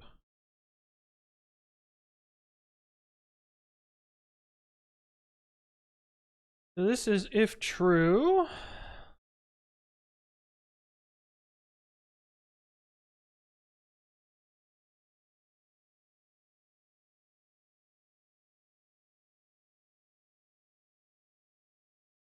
So node size equals this. We can get rid of this and this.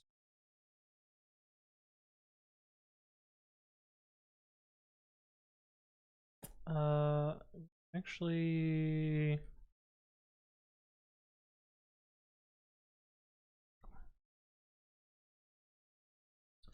do this. Okay. If this, then we have this. Otherwise, can I ignore all of this? And then this just becomes node.slice again.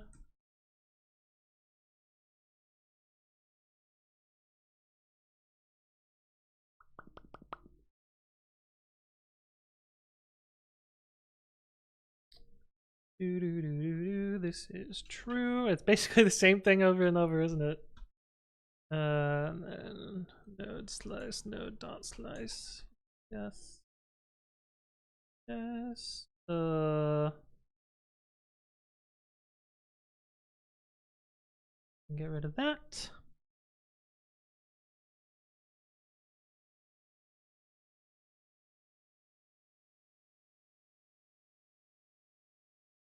Should clear up some of that code, maybe. If you please do something you wouldn't mind, program else it's okay. What?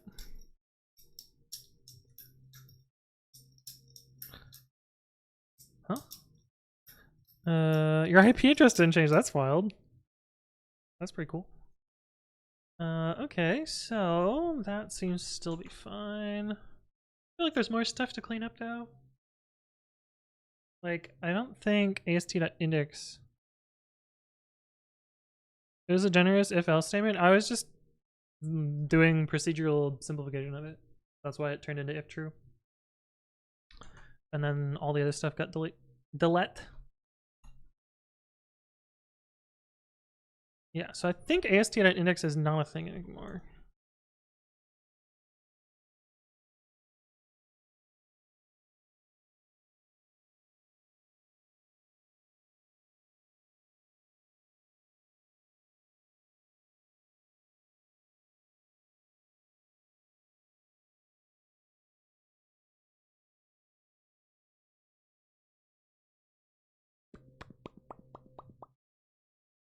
This is pretty generous.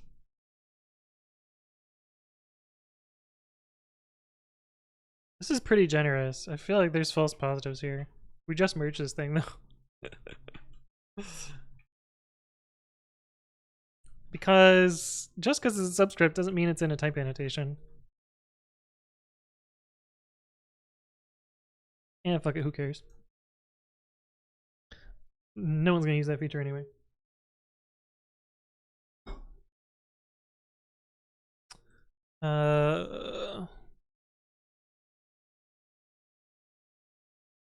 Let's try this again.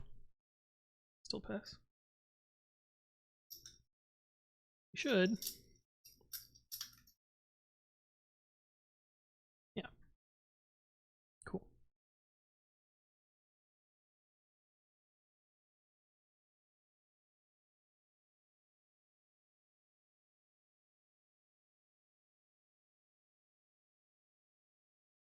Oh, we got a warning there. From PyTest still?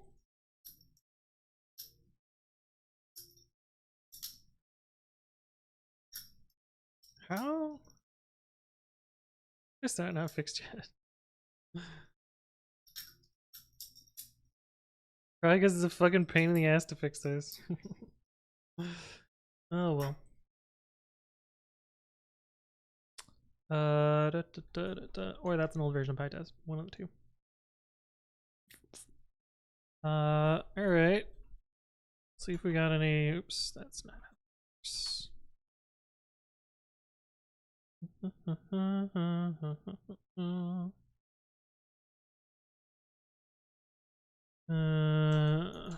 This should just be all the features.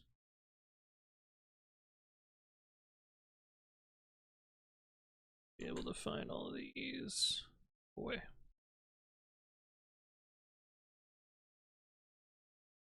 Oh, but they're also in the source code themselves. Right.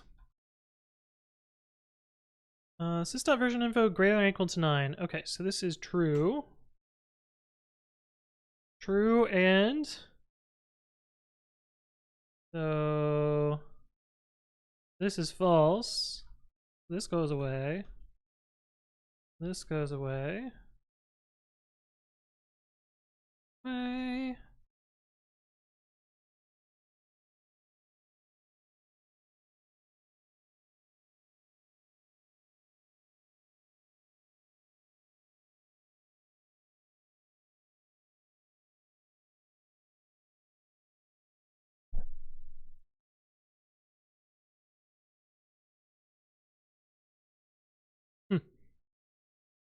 Isomorphica, hello, hello. Welcome, welcome. Yeah, so that simplifies that a little bit.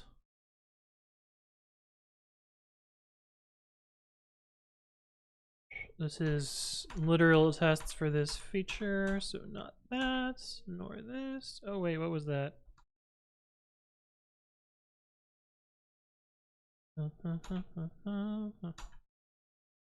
Feature, what was the one? Oh, special syntax for 312. I don't know why you would mix 312 syntax with 6 stuff, but you never know. Loki, thank you for the welcome to the stream. Hello, hello. How you doing? Sorry, misspoke there.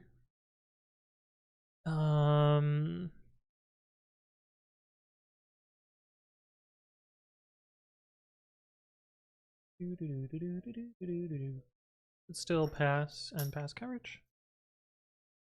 Hopefully. Simplify some stuff. And 312. Oh, it didn't have the. It didn't have the warn. Oh, because it didn't PyC compile this time.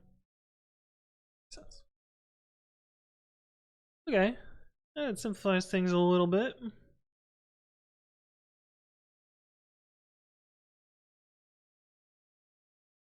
What about all these? Or just 312 stuff now. Okay, cool. New support for Python 3.8 and Vanilla.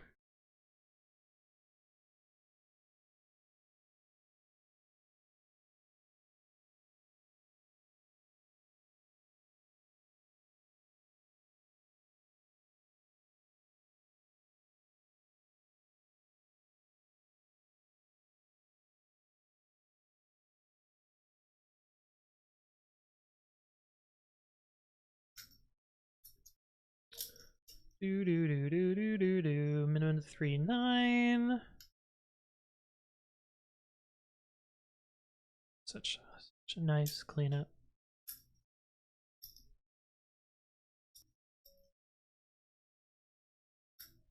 You'll love to see it.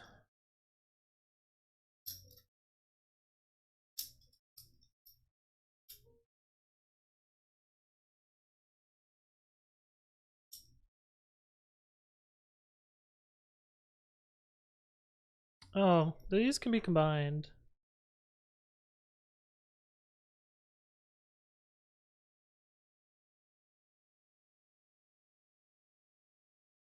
Oh, not.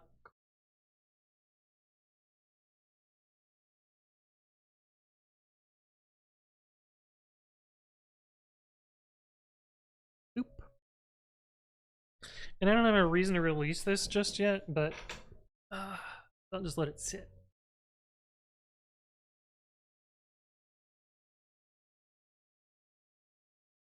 Cool. What? Right. Oh yeah, we were gonna fix this. But 312 succeeded, so that's nice. We just have to do 313. I'm gonna take a break for pyupgrade for a second.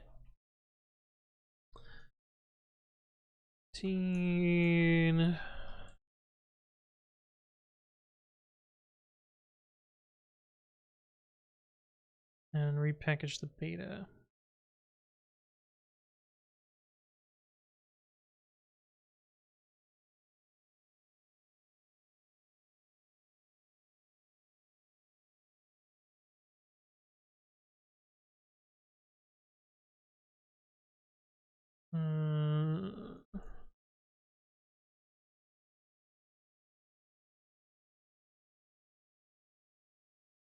Take a rage.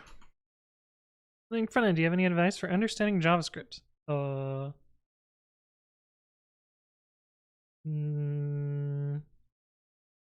Not specifically. What do you mean? Like understanding the language itself, or?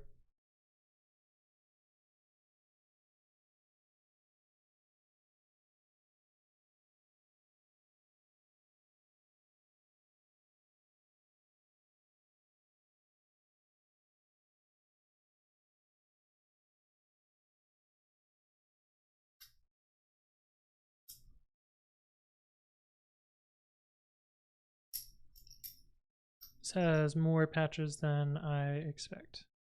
It is not what I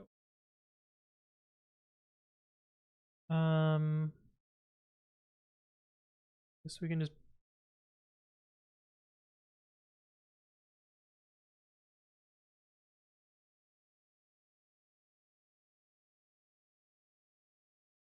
cannot describe. What?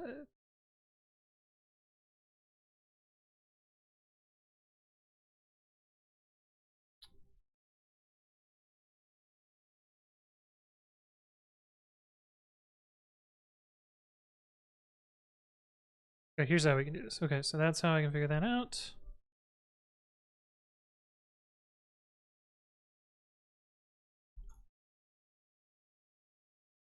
So these are all of the commits that I have done manually. So we know that one's not there. This one is probably there. Oh no, that's alpha 6. Okay, so we don't have to do that one either. I like just this merge conflict then. Yeah, that one's also alpha 6. This one is after alpha 6, so yeah, that's beta 1. Okay, so just the merge conflict. That's easy enough. Okay.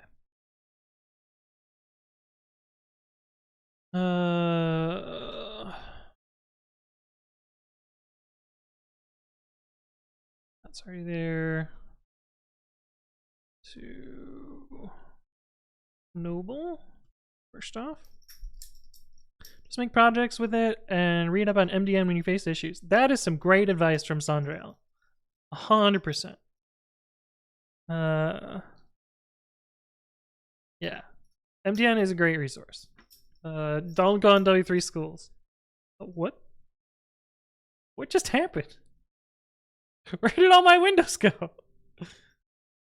Did I like... Oh... Oh, scroll wheel on the desktop takes you to a different desktop. I didn't know that. That's definitely what I wanted, right? Okay. So this is our version that we're adding, and we want their version up here. So we do this. We're gonna have to do that a couple times.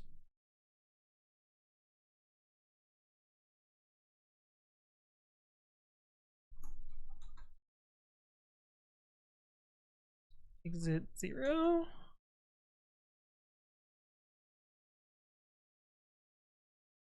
And then runbooks release.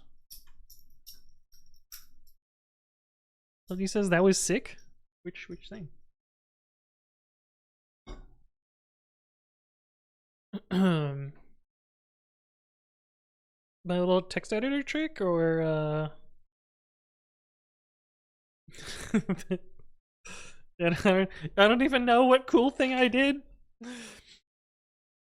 Cause whatever it's gonna be, I'm gonna do it 2 more times here.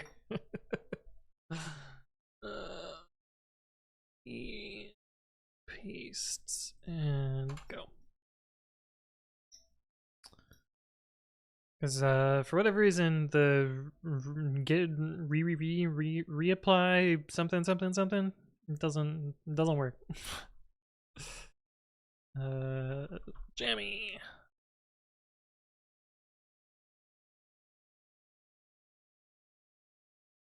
Do the same resolution as before. Boop boop boop. Continue. Exit 0. And then release.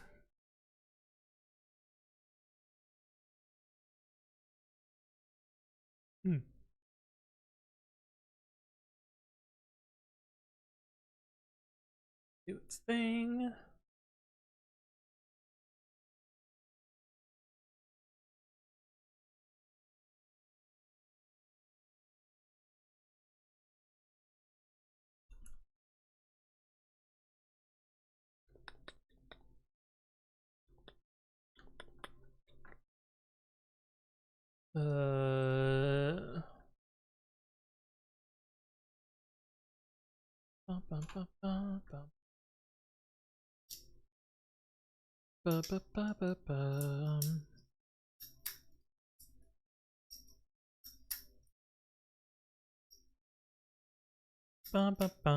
Okay, so we did jammy. We gotta do focal.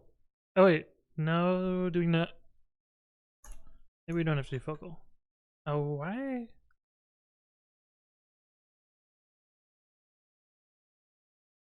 Why are we still building for focal? I thought focal end of life's before 3.13 launches. No, it's 2025. Shit. Damn. Well, it's for 3.14 that I don't have to do focal. That's what it was. Boop, boop, boop, boop, boop.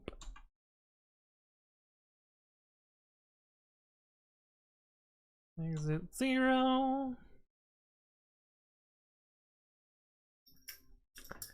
Then release. From GPG key. Grabbed it too early. I gotta wait. Because I don't want to paste that in my terminal.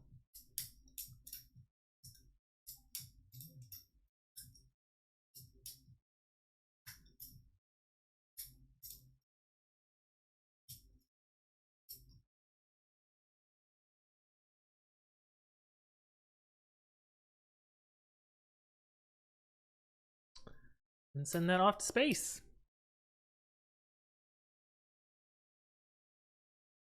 So that. And these.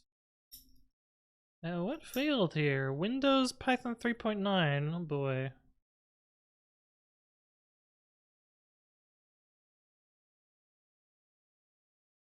Just a no-op token error.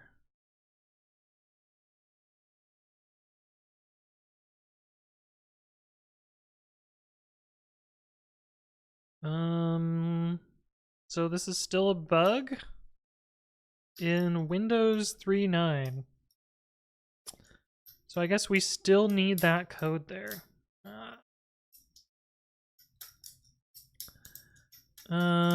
Jenny says, what do you think about these things?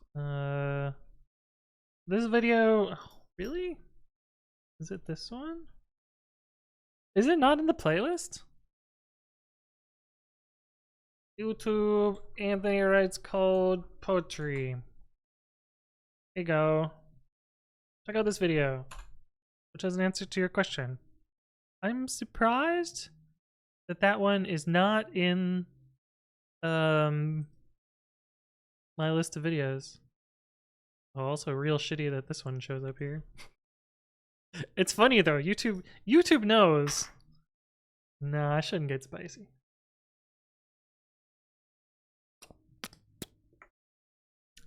That's for a different stream. We'll get spicy about that some other time. I think it's just not on the playlist, Shaz, for some reason. I think I just did it as a one-off video. Oh, that doesn't really make any sense. Poetry. Maybe it is just a one-off video. Is it in the FAQ?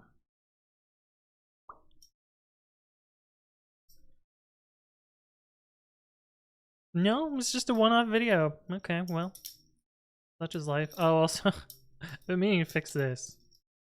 Maybe we'll do that right now.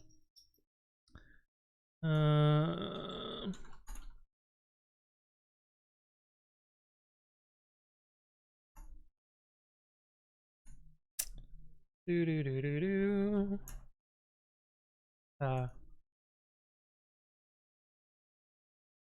312 we have.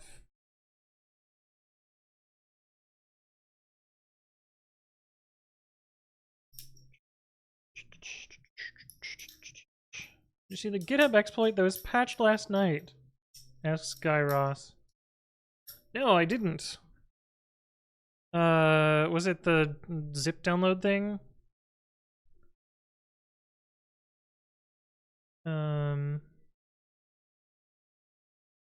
Unknown invalid escape sequence. Yeah, I love that. Okay, so these were previously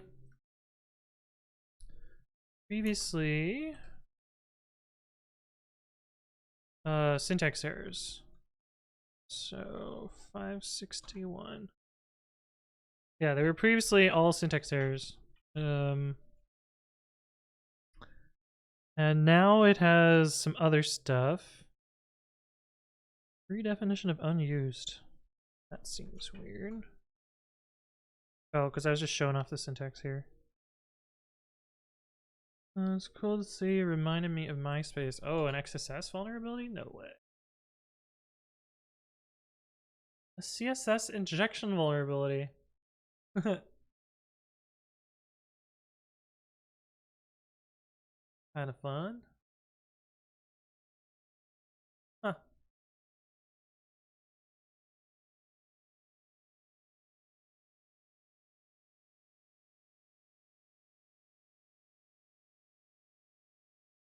Interesting. Oh, that's kind of cool. Sad that they patched it. I mean, you could do some nasty stuff with arbitrary CSS injections, so it's not surprising that they patched it. Like you can make it look like a payment page pretty easily. Missing white space after colon?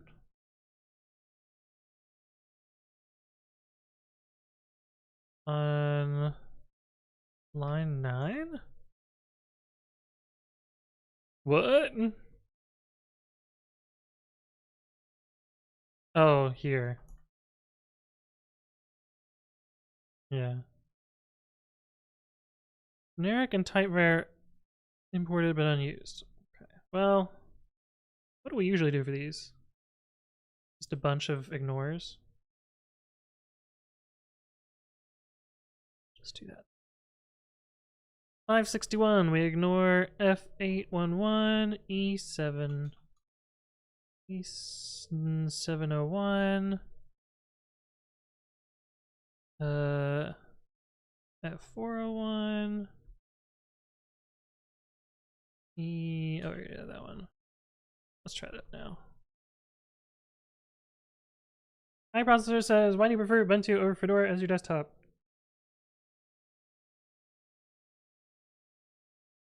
Are you asking the right question? I kind of suspect that these aren't needed anymore.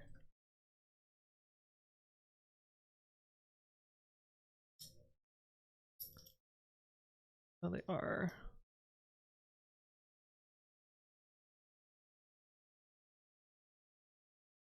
That's a weird one. Why would I do that? Oh, this was the weird backslashy syntax error one.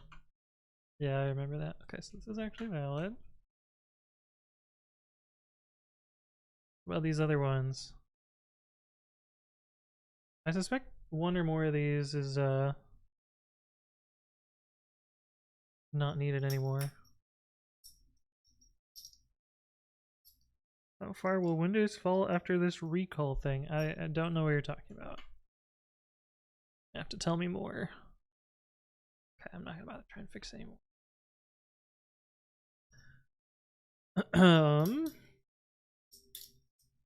But how you doing, Pythonic Pie? Hello.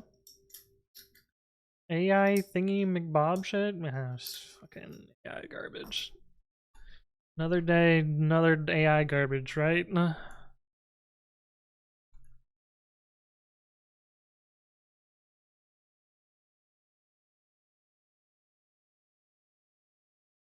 What? I thought we...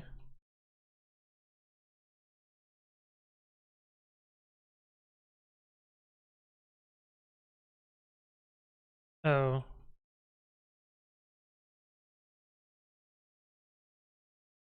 There we go. Just like, I'm pretty sure we just fixed that.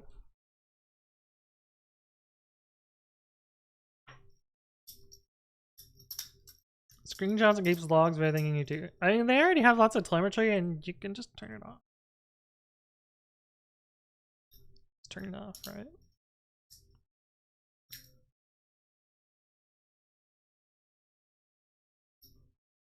Just turn it off. That's the easy thing to do, right?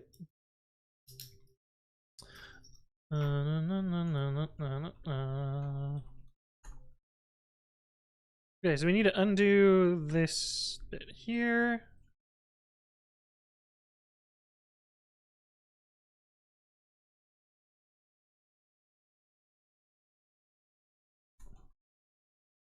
Didn't need to do that.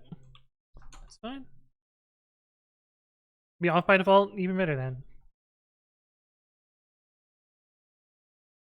So yeah, there's all sorts of opt-in shenanigans already. But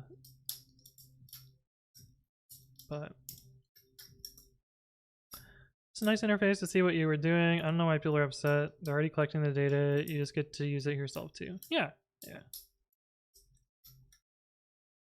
The server says, probably a stupid question, but why does the regular CPython build 3 minutes and the release build is 8 minutes, triple the time? Shouldn't only the debug one be slower because it has to do all the debug symbols shenanigans? So the reason it's slower is an optimized CPython build actually does at least 2 passes. The first pass, it builds an interpreter, and then it runs the test suite with profile guided optimizations enabled.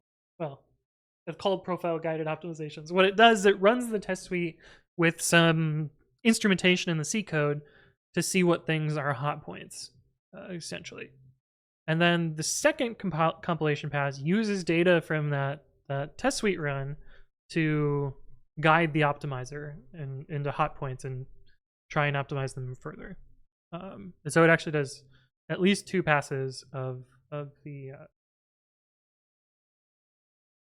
3x time is probably because the test suite takes a while, and because running optimizations in a compiler takes longer than just doing a quick and dirty build.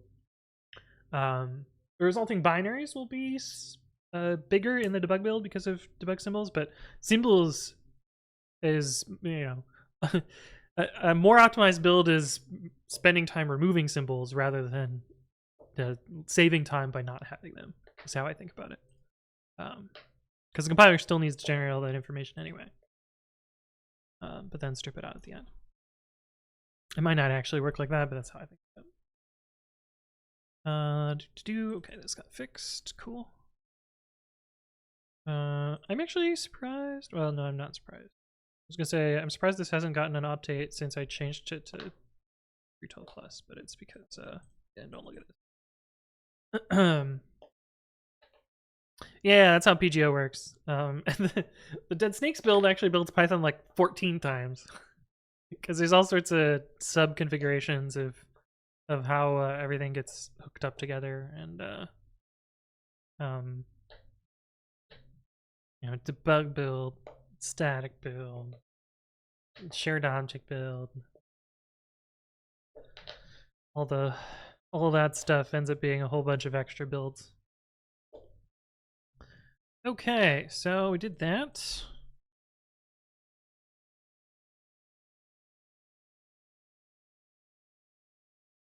let's work on this thing now. Oh, I did want to show off a cool thing I did at work. I was gonna need a little bit of setup to explain it. I'll probably make a video on it just because I think it's cool. How do I frame this? So yes, we'll set up a virtual env and install MyPy to get started. Install. So there's this pattern in Django and also in Sentry, but we'll show the Django-like thing first, and you can extrapolate from the Sentry thing, where there's this lazy object class, and it doesn't actually look like this, but this is going to make it simpler to understand. Type T. This isn't exactly what it looks like, but it's basically an object like this. Let's actually implement it. TP equals TP. self.instance equals empty, and then a singleton. The easiest way to make a singleton in typing is to make an enum. Empty type. Empty type. Empty, and then empty.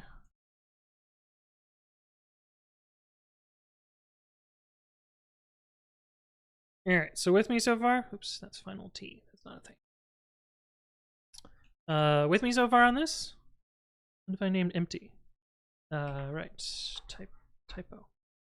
And the way, and if I name T, yeah.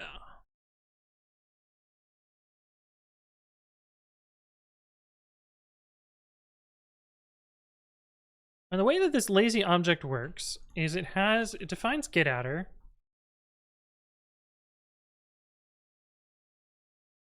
We need any as well. It defines getAttr that basically does if self.inst is empty, then self.inst equals self.type. Instantiates it. So this is actually what? Empty type or T. It instantiates it and then returns getAttr self.inst and attr. So it's kind of a little proxy object that lazily instantiates whatever type you pass into it. Now the problem is, let's say we make a class here that has, I don't know, something that takes an int and returns an int. And we want to lazily instantiate this. So we make an instance of this using lazy object, and we call cinst.f of 2, and it should print 4. And if we run this code, it does print 4.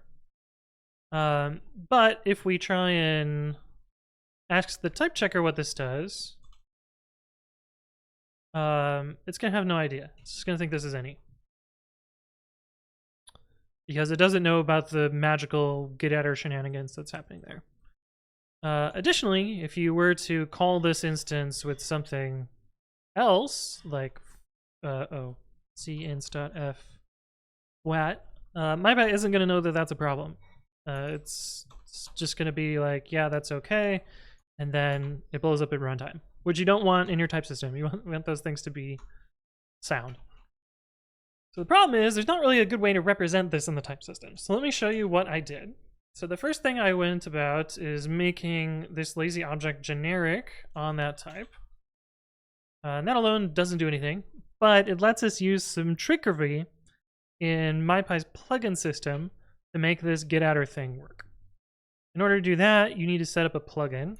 We're just going to make a file here, and I'm going to copy paste some code from a pull request that I'm doing, because I'm not going to, there's no way I'm rewriting a full MyPy plugin from scratch.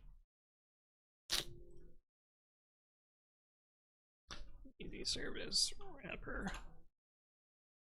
This thing, ignore that it's failing, that's fine, whatever. That's the actual garbage. Where's my plugin? It's the test. Here we go. So a MyPy plugin basically has 3 parts. The lowest part is a callback that takes a version and returns a plugin type. I'm just gonna call that plugin instead of Sentry MyPy plugin. And then your plugin, actually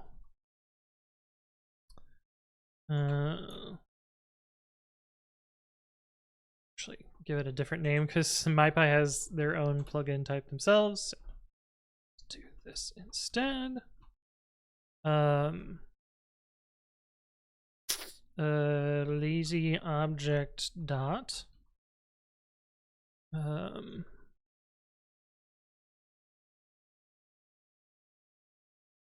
lazy object. So MyPy has some hooks, and they return functions if they match the particular hook. In this case, we're looking for our particular class, and we're going to override the getAttribute lookup here. So now I need a whole bunch of imports, which I believe are at the top of this file. I'm just going to copy all of them. I don't know which ones we need, but that should be enough. And basically what I'm doing in this plugin is looking for the attribute normally returning any. So this is going to be our getter call. Then I pull the generic type out of the generic class itself so that T, MyPy has resolved it to a particular type here, so I can grab it here. I can then use MyPy's find member to look up the attribute on the original type itself and produce type information there. That's kind of the idea behind this plugin. And so then if I have to use Python dash, oh, I'd have to set up the plugin. I don't know how to do that. MyPy plugins equals MyPy plugin. I think that's how that works, maybe? Cross our fingers. Yeah, okay, so now if we look at this, we can now reveal type c.inst f2, the underscore inst.f2, and MyPy should know that that is now an integer, as it is forwarding the types long. And it also knows that f of c can no longer take stir, because it has resolved it through getter through our magical plugin. And if we reveal type this function, it knows the right shape here, which is pretty cool. But yeah, a little bit of MyPy plugin magic, but I think it works pretty nice. Louis says there's an advantage to using enum instead of just empty equals object. So empty equals object totally works at runtime. This is just so that the type system knows that if you say this particular here, like if you said, you know, if inst is not empty, then you can call stuff, then it knows that inst is already instantiated and it's not an enum. So like if I did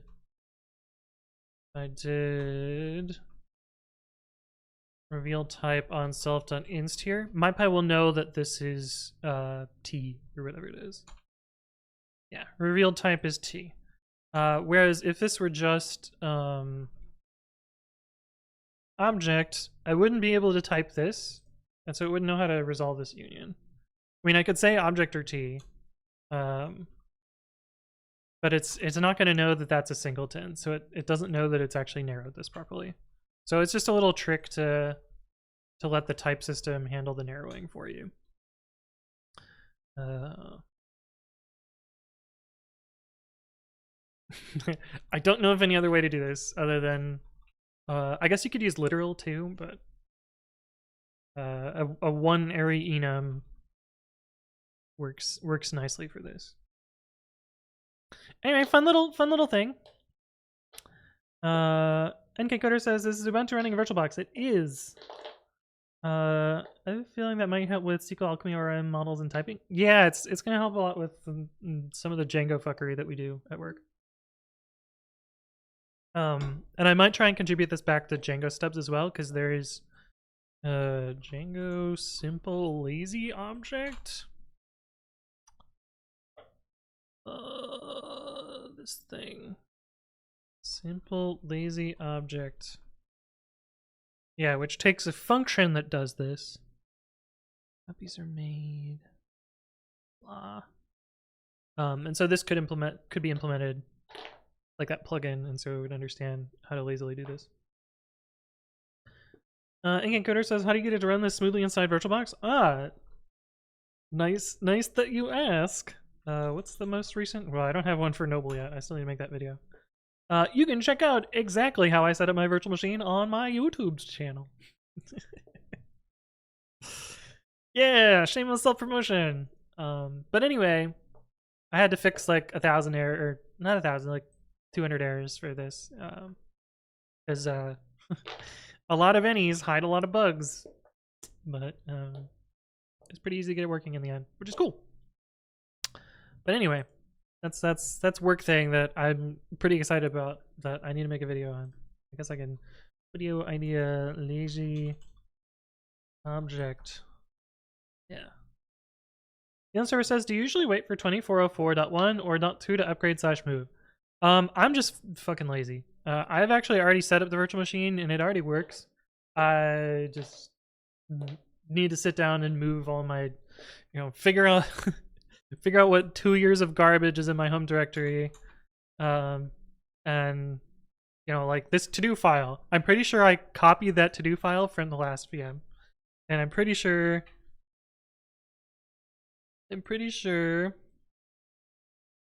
that to-do file is the one that causes a seg fault and curses. Yeah, so these little characters here,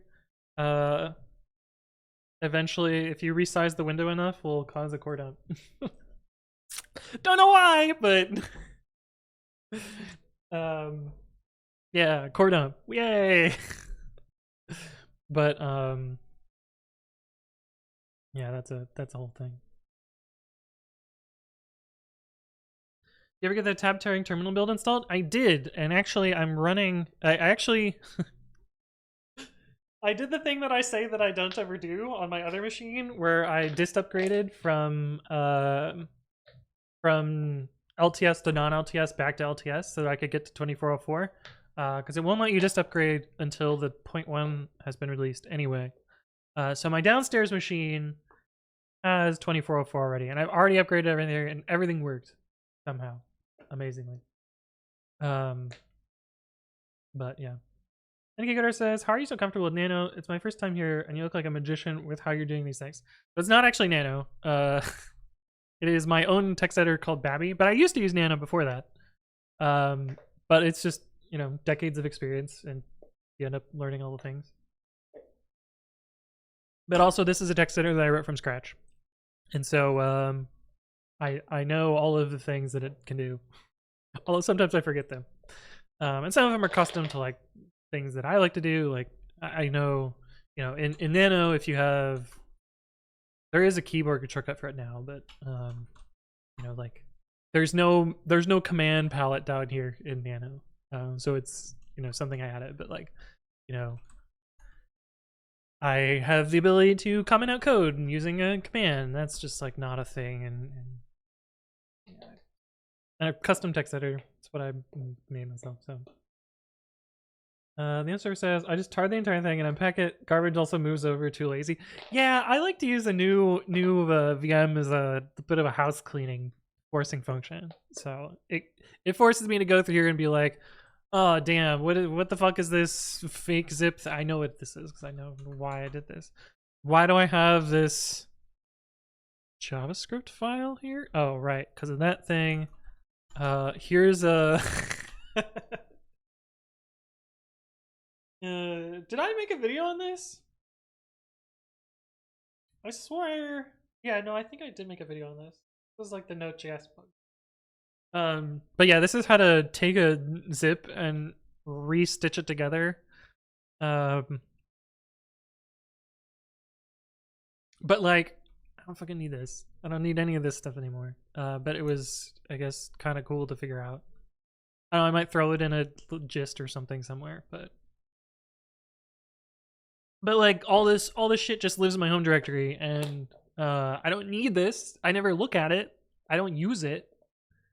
But it would be cool, to preserve it forever somewhere in a Git repo. So I'll probably check it into my T repo or whatever. I don't know what to tell. Says I'm new to the channel. What are lazy objects in Python? Please tell me. Kind of the idea. I mean, it's the idea of, where did I put that? Was it in here? Was it in here? Was it here? I don't remember. I don't remember where was I when I talked about that? Not here. So you find tab dash name pypy plugin dot py to dev null. Was it in my home directory? Yeah, there it is. Kind of the idea behind this is that you can build an instance of this and it doesn't instantiate it immediately. It defers the setup to some other time. So it allows you to like leave work off until the last minute when you need it or something. I don't know. It's hard to show without a particular example. Sentry uses it for service setup. So, for instance, like you might want to make a database connection as part of setting up some business logic, but you don't want to do that at the module scope because then you have import side effects and your app startup is impacted and like all sorts of other stuff. You want to defer that work until later. So that's where the lazy part comes from. And lots of things in programming are referred to as lazy, in that like you don't want them to happen immediately, but you want them to happen eventually. The answer says, I 125 repos on my workspace. After repo number 18, I have not changed anything in over a year. Maybe I do need to clean it up. Yeah, it's true, it's true. Fenix says, do you work full time? Yes. And if yes, how do you manage to make so much open source stuff as well? So the answer to the second part of that question is recently, I haven't. I just haven't. I haven't really been building cool shit in open source. Part of it's, I just haven't been motivated to work on it. Part of it's, I have a bunch of ideas. Some of them I contractually cannot work on. And some of it is just like, I don't know. I start a million projects and don't ever finish them. So why would I start another project that I know I'm not going to finish? I don't know. I, in a lot of ways, don't have as much motivation recently, but I don't know. Sometimes I'm like, yeah, this will be cool. I'll work on it, and then I click start stream and we work on it. Honestly, the only things that I've really been motivated to work on recently are like my silly Pokemon stuff, because that's something that I'm passionate about, and I don't care if people don't like it. I don't care if people use this code. I don't care if people, there's zero chance that someone would try to take what the effort that I put into this and try and monetize it. But it seems like everything else that I was passionate about before, people are monetizing, and I'm getting nothing from it. And that's just the way open source goes, which is fine. But like, it put a lot of shit in perspective and made me realize that why am I putting my blood, sweat, and tears into something that I'm not receiving any benefit out of. So I don't know. But like on the other hand, I'll work on Predicament CI, or I'll work on my Pokemon stuff, because like that, it's fun. I mean, other programming is fun too. Oh yeah, and my notifications are off right now, so sorry I didn't notice these, but Prabhat Kumar and Granite Kiviri, and I don't know what to tell. Thank you all for the follow and welcome to the stream. I might be able to turn this thing back on.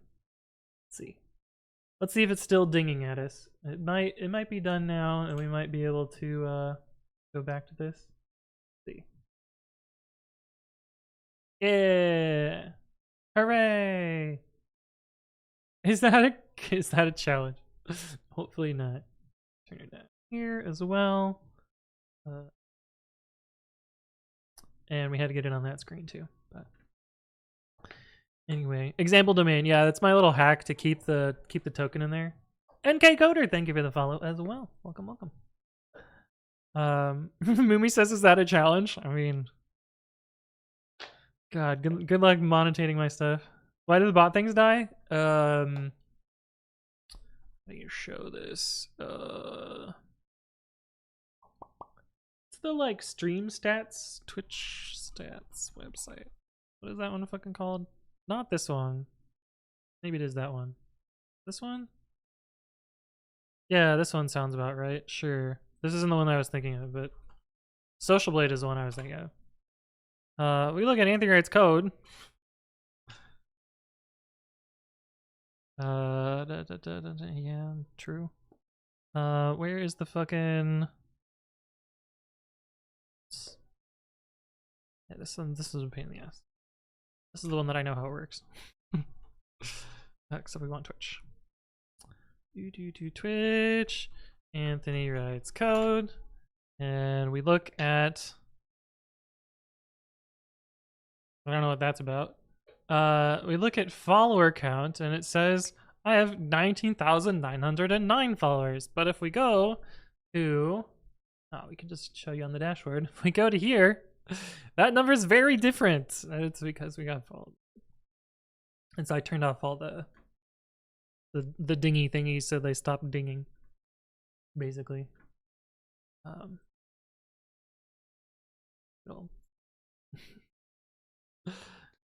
It's fine as long as it's fun. After all, it's about creating through coding. Yeah, yes or no.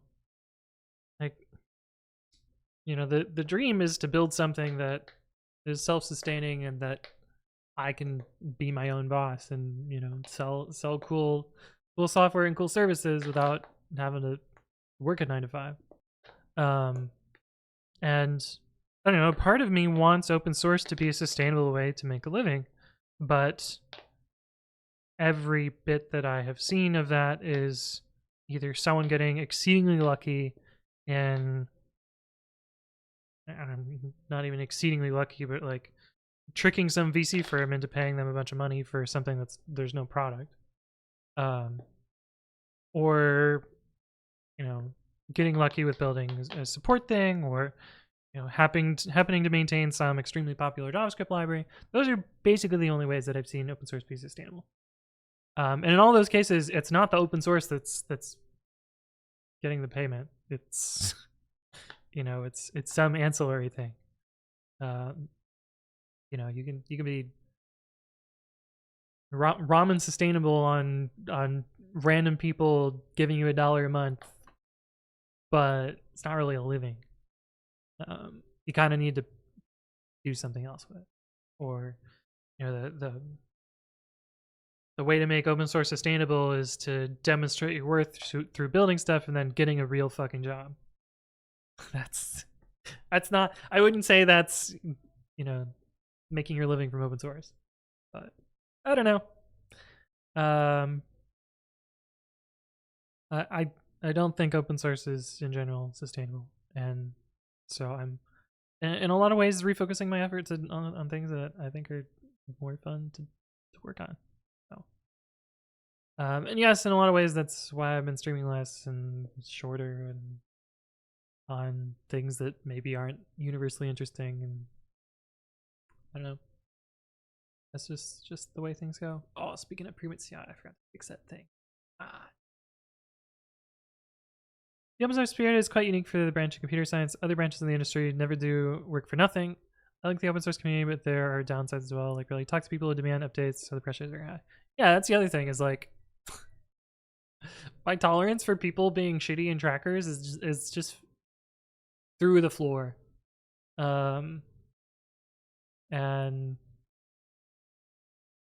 yeah, so fortunately GitHub has a block button.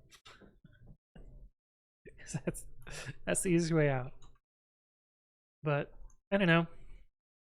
It's not always the nicest thing to do to just block somebody who's being a dumbass or being a help leech. But I've run out of spoons. Okay, let's continue working on this thing. I think it's still cool. Your work is open source / source available, so you can share to others and people can see what you're doing. It's not lost or forgotten behind corporate wall. Yeah, I think that's true too. And even my day job, most of it is fairly visible, so that part's kind of nice too. Okay, anyway, back to this thing. We need to find generator that has 2 trailing nuns. It has three things in nuns. We don't need this anymore. We just want visit subscript. Polar Junction! Thank you for the resub at 15 months. Look at that fancy founder's badge. How are you doing? It's good to see you again. I hope you're doing well. Been a bit, but I don't blame you at all. I appreciate you stopping by, and I appreciate your continued support. Let's see what we got here now. So if not, should rewrite state return. Now we have is, I should cut that code from there. Is name adder node. What are the order of the arguments here? Is name imports state.imports mods functions.abc or typing names. But you know, it could actually be from typing extensions as well.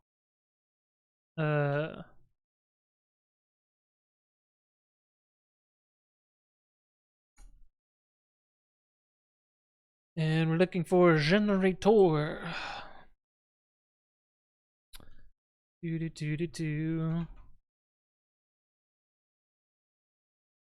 We also need to check the rest of this. So let's slap a breakpoint here, and we'll try and run one of our tests. I was talking about your job. Your other work, of course, is true open source. Yeah. Although not in the minds of Poison GPL brain. It's not free enough.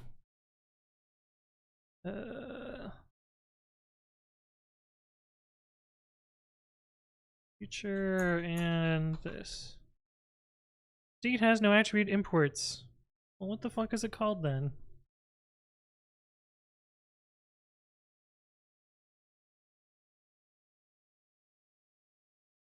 RNG. From imports.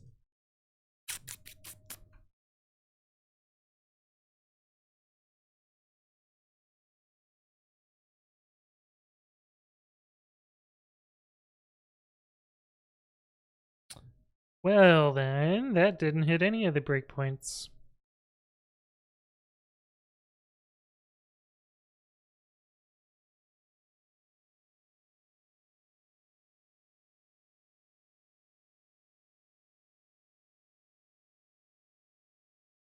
Oh, it's got to be node dot value. Yeah. So that would be why it did not hit it. That makes sense. Okay, we are inside of the breakpoint. Okay, node dot. I don't remember what it is. Node dot slice. Yes. Dot else.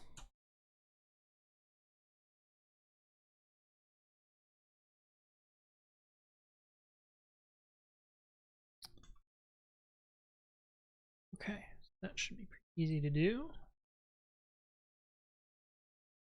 Plugins typing PEP 696 list.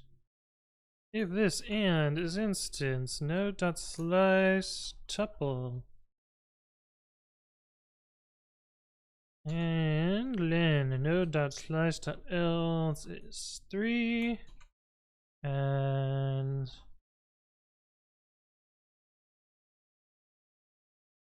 let's do it's 9.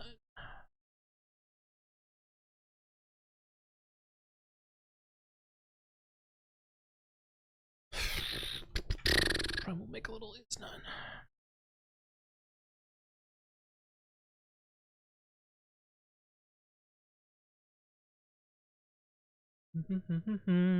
Is instance node constant and node dot value is no. Yeah. Fuck GPL, did my last message generate a warning? Oh. Yeah, no, warnings are manual things.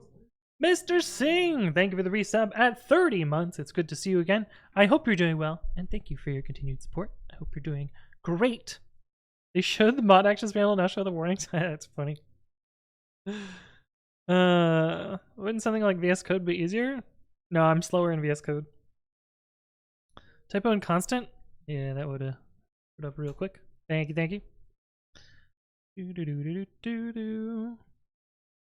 I'm surprised.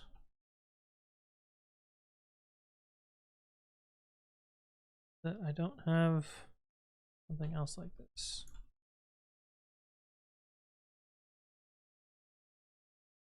No, no, no, no, no, no, no, no, no.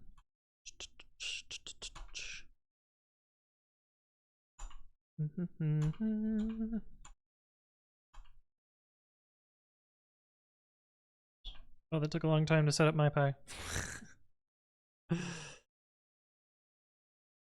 it mad about down here?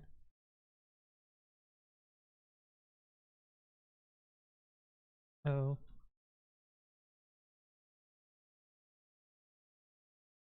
That would make sense. Frequent called. Yeah, we don't know what we're doing with these yet. So that.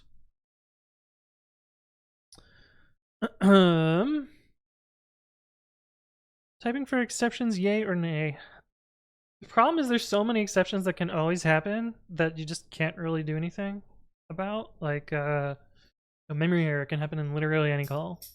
So it'd just be a pain in the ass. There's a reason that everyone hates checked exceptions in Java. NK Gooder says, I don't think I've seen many people who do things they do as fast as you are doing this. It's true, but it's because I'm comfortable with my tools. Super Dudo says, did Python get an update when it becomes statically typed? It's technically not statically typed, but you can run a type checker out of band, and that's been around for a decade plus at this point.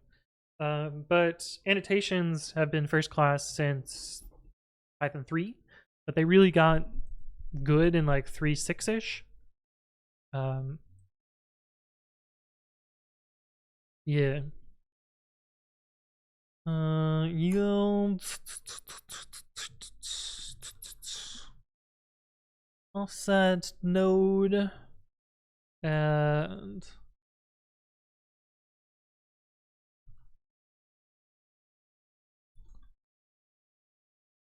actually probably don't even need to know how many arguments there are here because we're just preserving one. Fix typevar defaults and make that function here.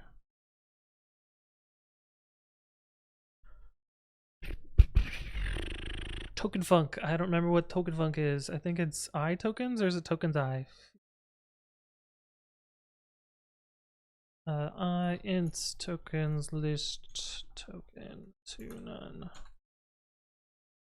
Slap a breakpoint here. And I need to fill up my water, so I will be right back. I will see you in a sec. Oh, typing test functions, arguments, yay or nay? I don't bother. I think I have a video on this. Yeah, don't bother typing tests, because they're gonna fail. They're gonna fail. But I will be right back. Super Ditto 99. Thank you for the follow. Appreciate you stopping by, and I will see you in a sec.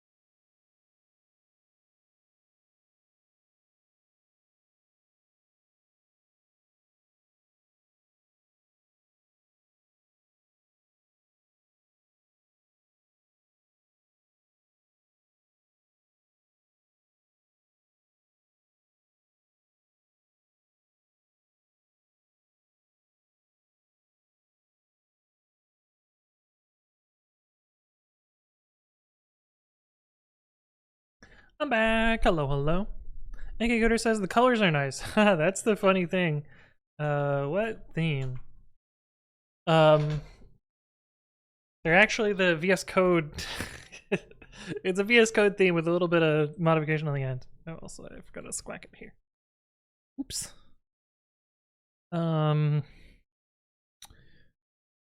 Yeah, okay, so we actually need to do the same thing down here. Token is not defined.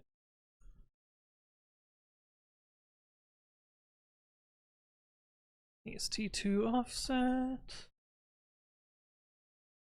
Breakpoint called, yeah, that's expected. We also need to do the same thing with async generator. Async generator. Accepted is 2.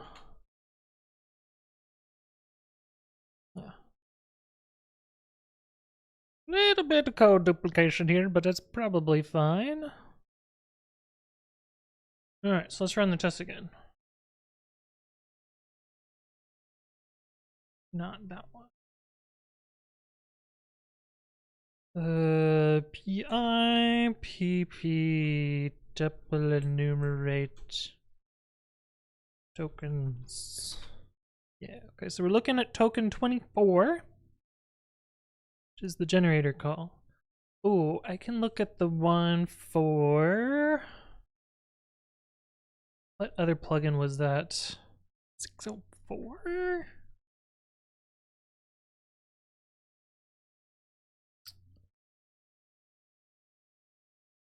Union. Oh, we had to do manual parsing here. Gross. Possible a first coding token is a closed paren, so make sure this is separate from the if chain.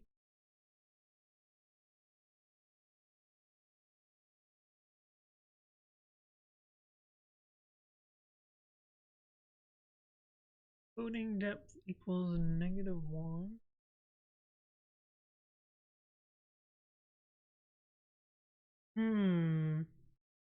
I don't like this. I want to see if I can just use my function parsing code. Token helpers. Victims. Maybe I could use this. First comment index would actually be my block. There's like a parse call args. Yeah, so we can find.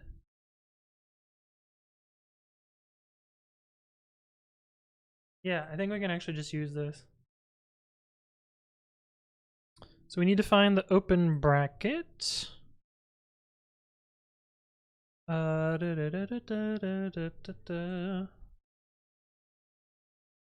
Find token, find up.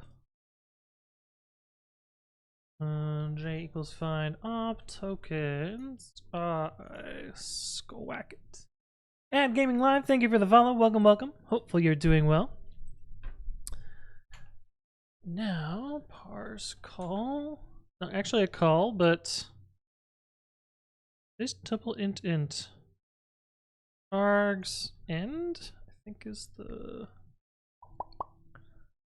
equals parse call args tokens j. Let's see what that does.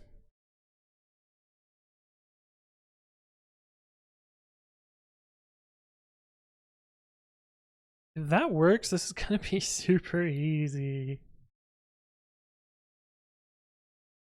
I'm hoping.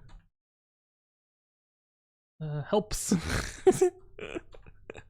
It's funny typo. You can't see this because it's on the wrong screen. Okay. Tuple enumerate tokens. We've got I, J, and end. 24, 25, and 34. So 25 is this. 34 is one past the end, which I think is intentional. And then 26 to 27 is our argument.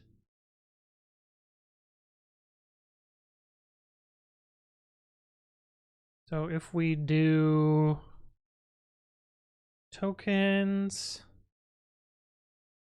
j plus 1 to and minus 1 is equal to tokens args 0 to arg 0, 0. Oh, my script crashed. Not great. Let's reset that. My capture card is dying, so it occasionally crashes like this. It was doing this very, very reliably at some point, but it's been mostly okay. Oh, there's actually a little trick I can use here. Slice start arg 0.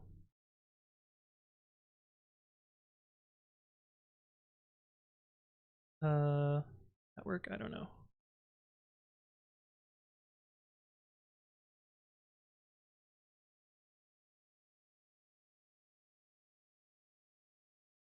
Yeah, that works. That seems too easy. That seems too easy. I feel like there's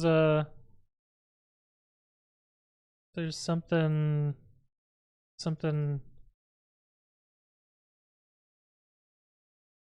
um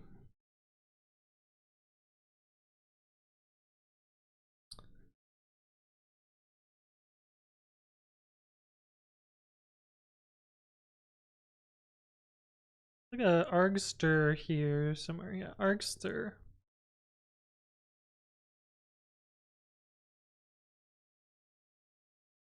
Argster no comment. Oh, well, there's all of this other shit here. Base call.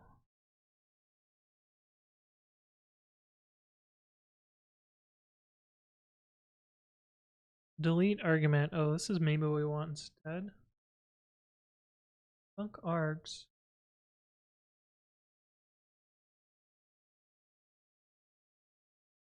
This might be easier to use. Delete argument.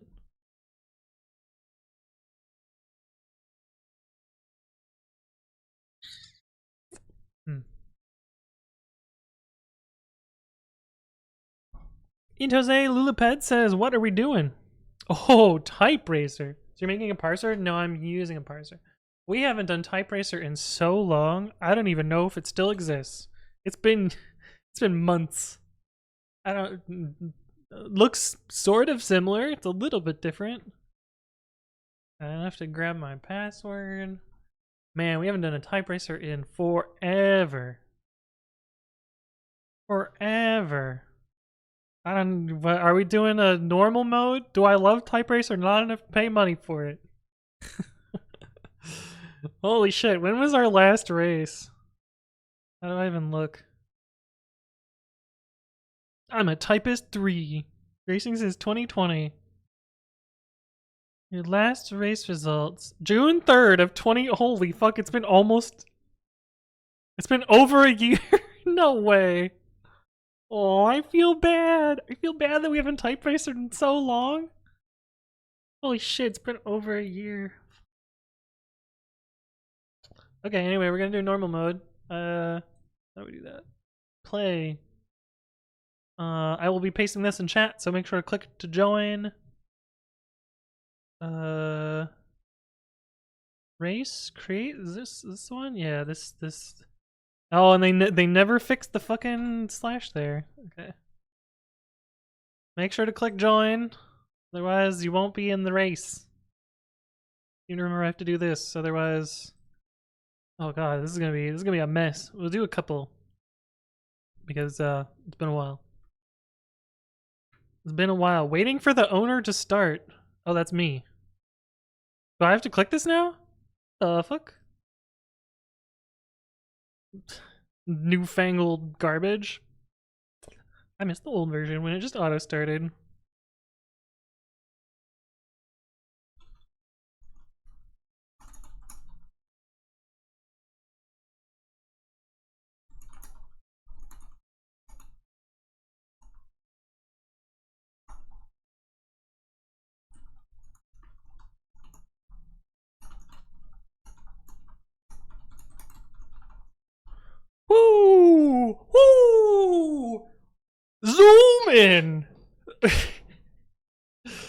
I'm back, baby. 133. Let's go.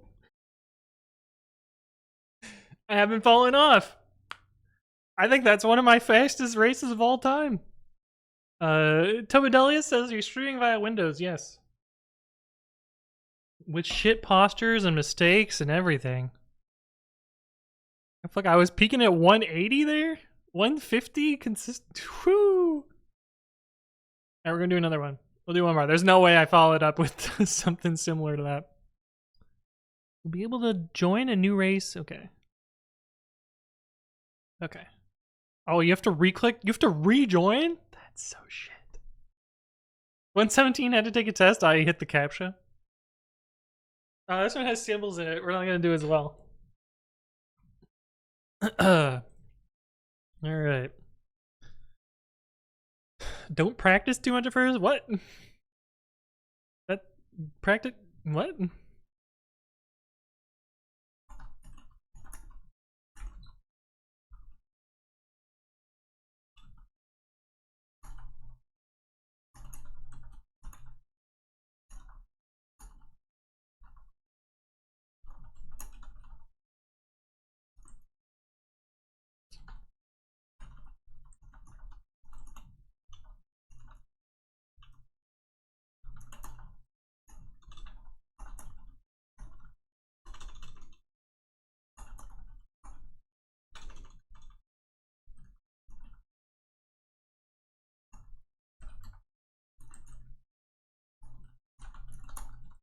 Oh, those I didn't like what I was typing.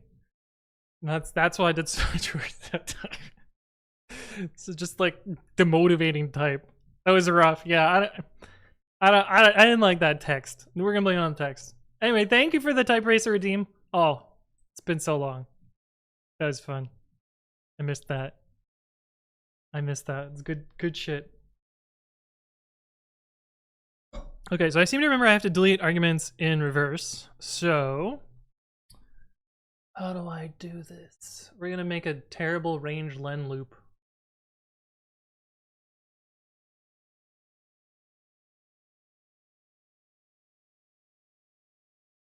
Terrible range len loop.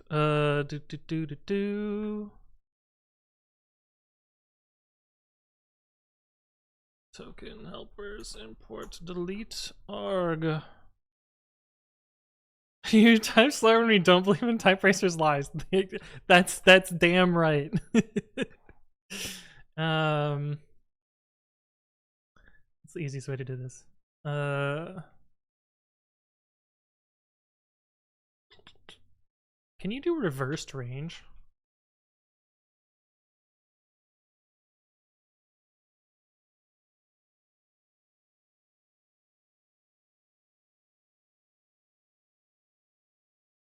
I guess so. Reversed range 1 len args. Delete arg idx tokens args. Is that a signature there?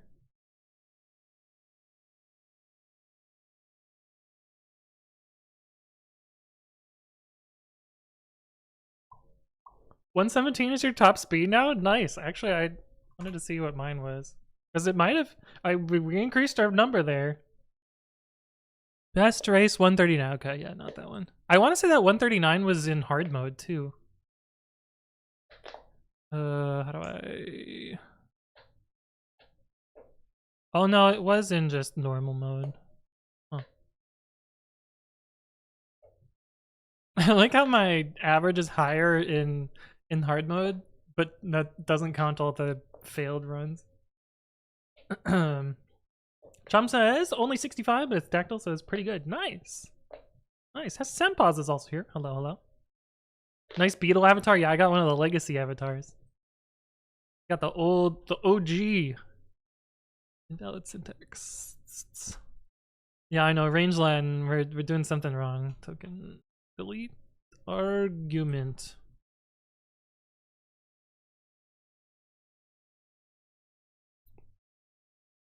Oh, we got the gross.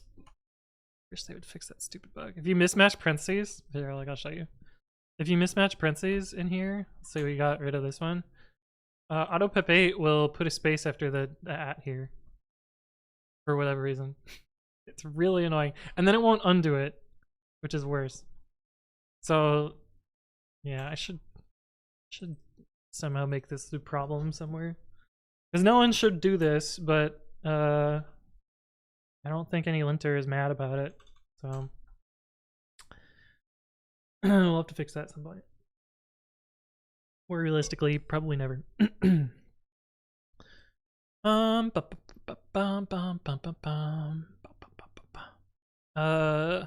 This test should pass now, not that test. And of course it does. What the fuck?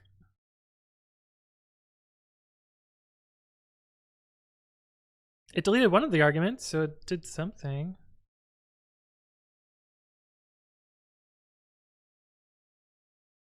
Range 1, then args. Reversed. List. 2, 1.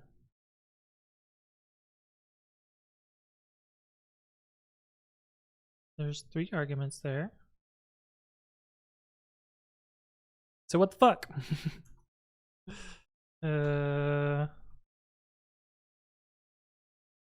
Oh, it's doing a raid. That one's not shiny though.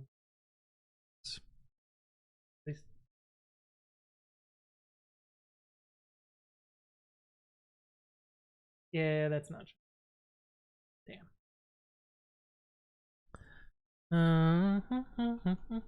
Toast.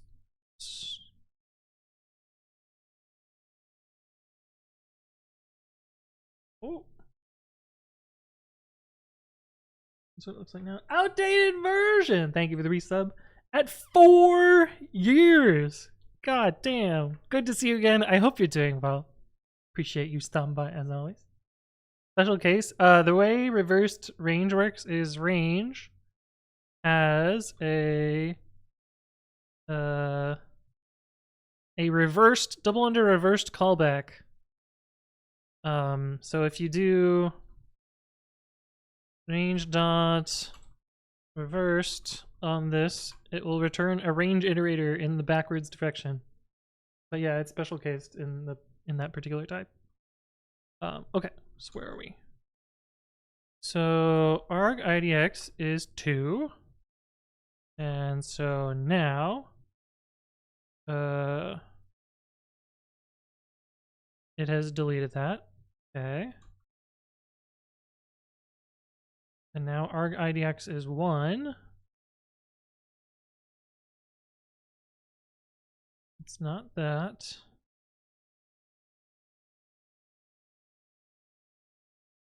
Oh. Yeah, this, I'm pretty sure delete argument can only be called once, because these tokens are no longer valid.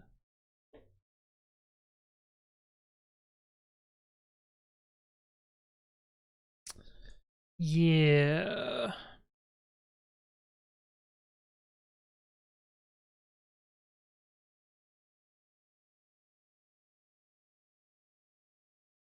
That's fine though, because what does it do? It just deletes from the end of the previous to the end of the last. Okay, so that's even easier to do. So then we can do del tokens args 0, 1 to args -1, 1. So that should just delete all the inner tokens there.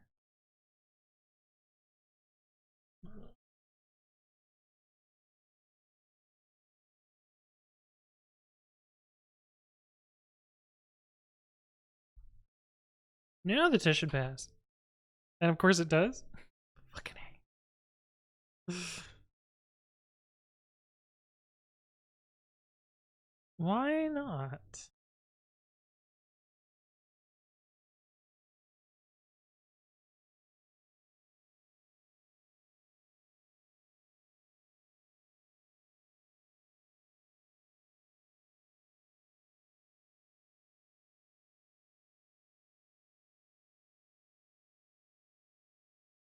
33 is the squack hit.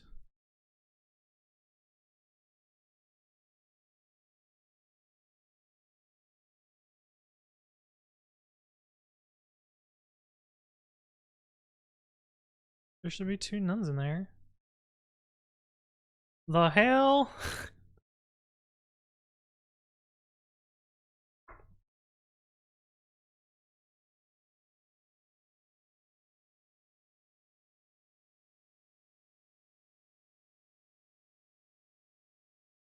Yeah, that looks correct.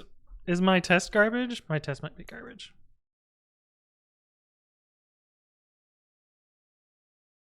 Yeah, I think the test is garbage. Which means I might have already had this working. 696. Generator. Hey, what the fuck?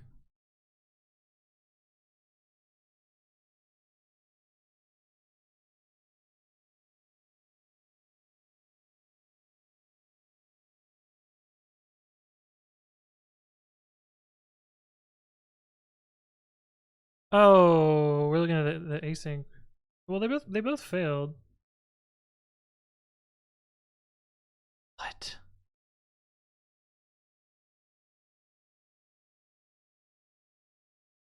The typing one worked. Why didn't the collections ABC one work?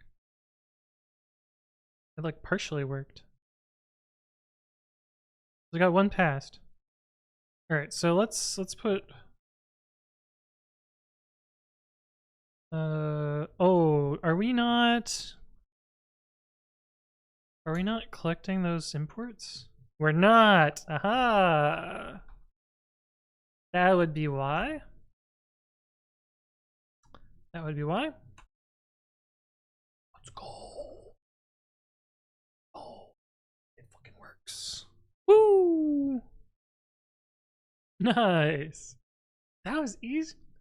That was easier than I thought. Let's add typing extensions into the mix as well.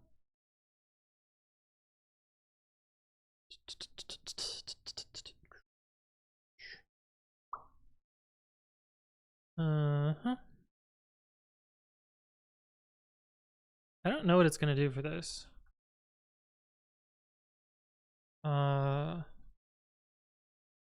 Like, is it gonna rewrite it to collections ABC? Unclear. Well, clearly that. Oh, and codes! Hello, hello, welcome back. Good to see you again. Da, da, da, da, da, da.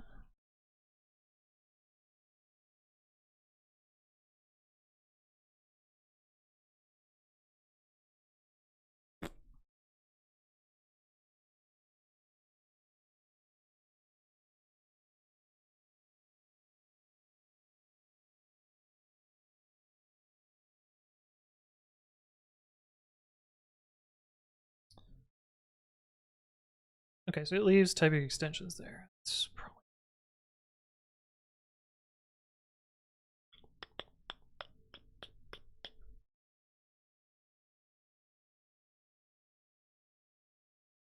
I feel like it should rewrite it.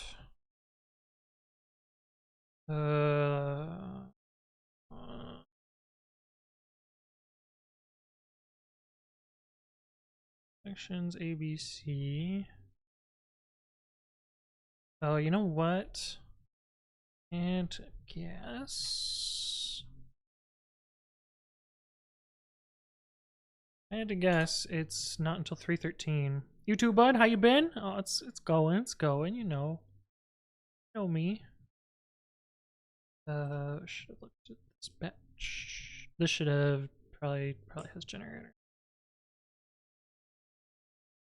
Yeah, generator. I don't know what happened in these two, but these are the ones we care about.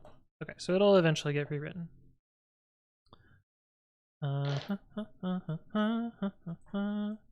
Yeah. Cool. So that'll get auto fixed when 3:13 plus exists. But for now, it does not. and that's fine.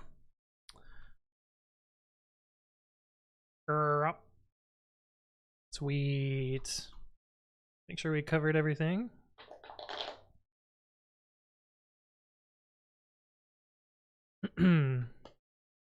Nice. This is actually pretty straightforward. Uh-huh.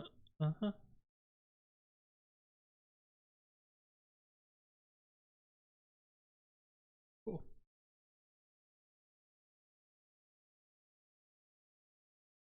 We gotta just readme.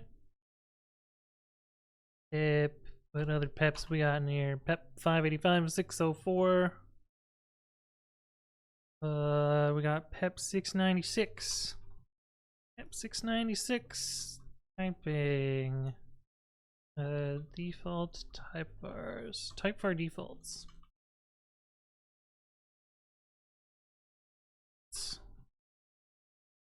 Availability.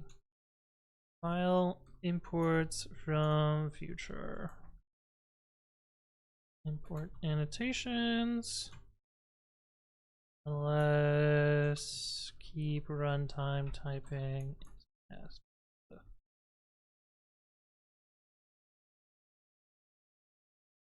and I already know someone's gonna be like, oh, I tried Py 313 Plus and it didn't work. Well, it's because it doesn't exist yet. Not an oversight, it's just not there yet. Generator int none.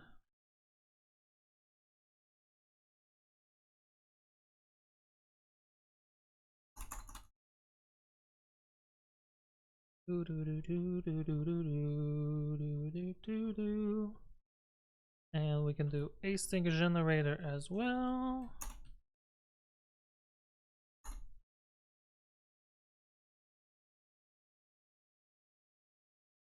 Sweet. Sean the Sheep says, Anthony, I'm starting my ML server. If I get confused. I was thinking like Minecraft server, but I was like, what? You're gonna take over the world though? Good luck. Crystal Coder says, I tried Python 3.15 beta and it didn't work. Can you make it go? 3.15 doesn't exist yet. There's 3.3, 13 beta, which is on beta 2 at the moment. Sounds a little outdated. And then there's 3.14, which is unreleased. Pre-alpha. 3.15 is another year off before it exists in any way, shape, or form. Big Blast says, did you take a break from streaming? I've just been unlucky and missed when you've been online. I have been streaming less-ish, and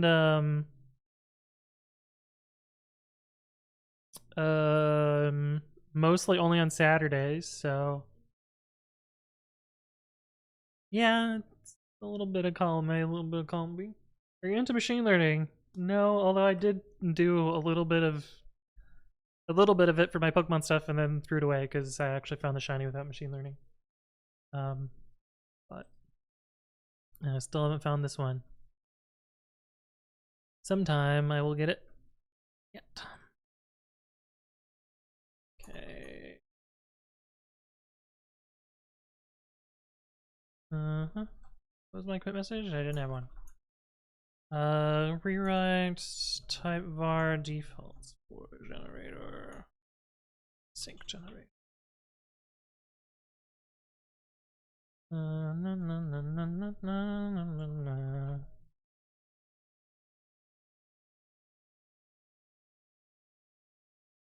know, the delete argument thing probably would have worked fine, now that I think about it.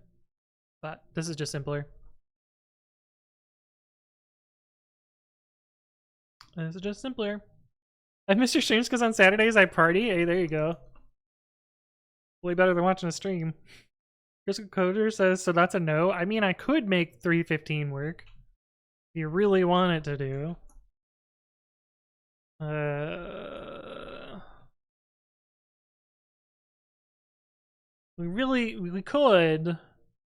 We could change the version and bump it to 3.15. I'm not going to. That's going to be a waste of time for a stupid bit. I should make sure this still works in Py 3.9 because I feel like reversed range is not a newish thing. Maybe. Well, test pass, so must be fine. Where was my this one? Yeah. Do do do do do do do do do do do do.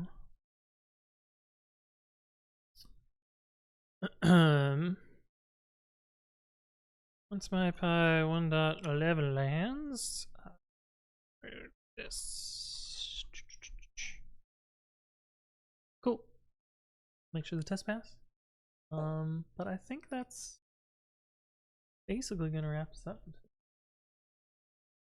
I got the thing that I wanted to get done. Didn't get some of the other things I wanted to get done though. That's okay. Oh, one of these is 2 months ago. Oops. Oh well. Such is life, I guess. Let's make sure these tests pass. It's everything but Windows, so all that good enough. My name is Anthony. I upload educational content on my YouTube channel at youtube.com/anthonywritescode, so check that out. Submit to Rome says, "Oi, buddy! Oi! Welcome to the stream. How you doing?"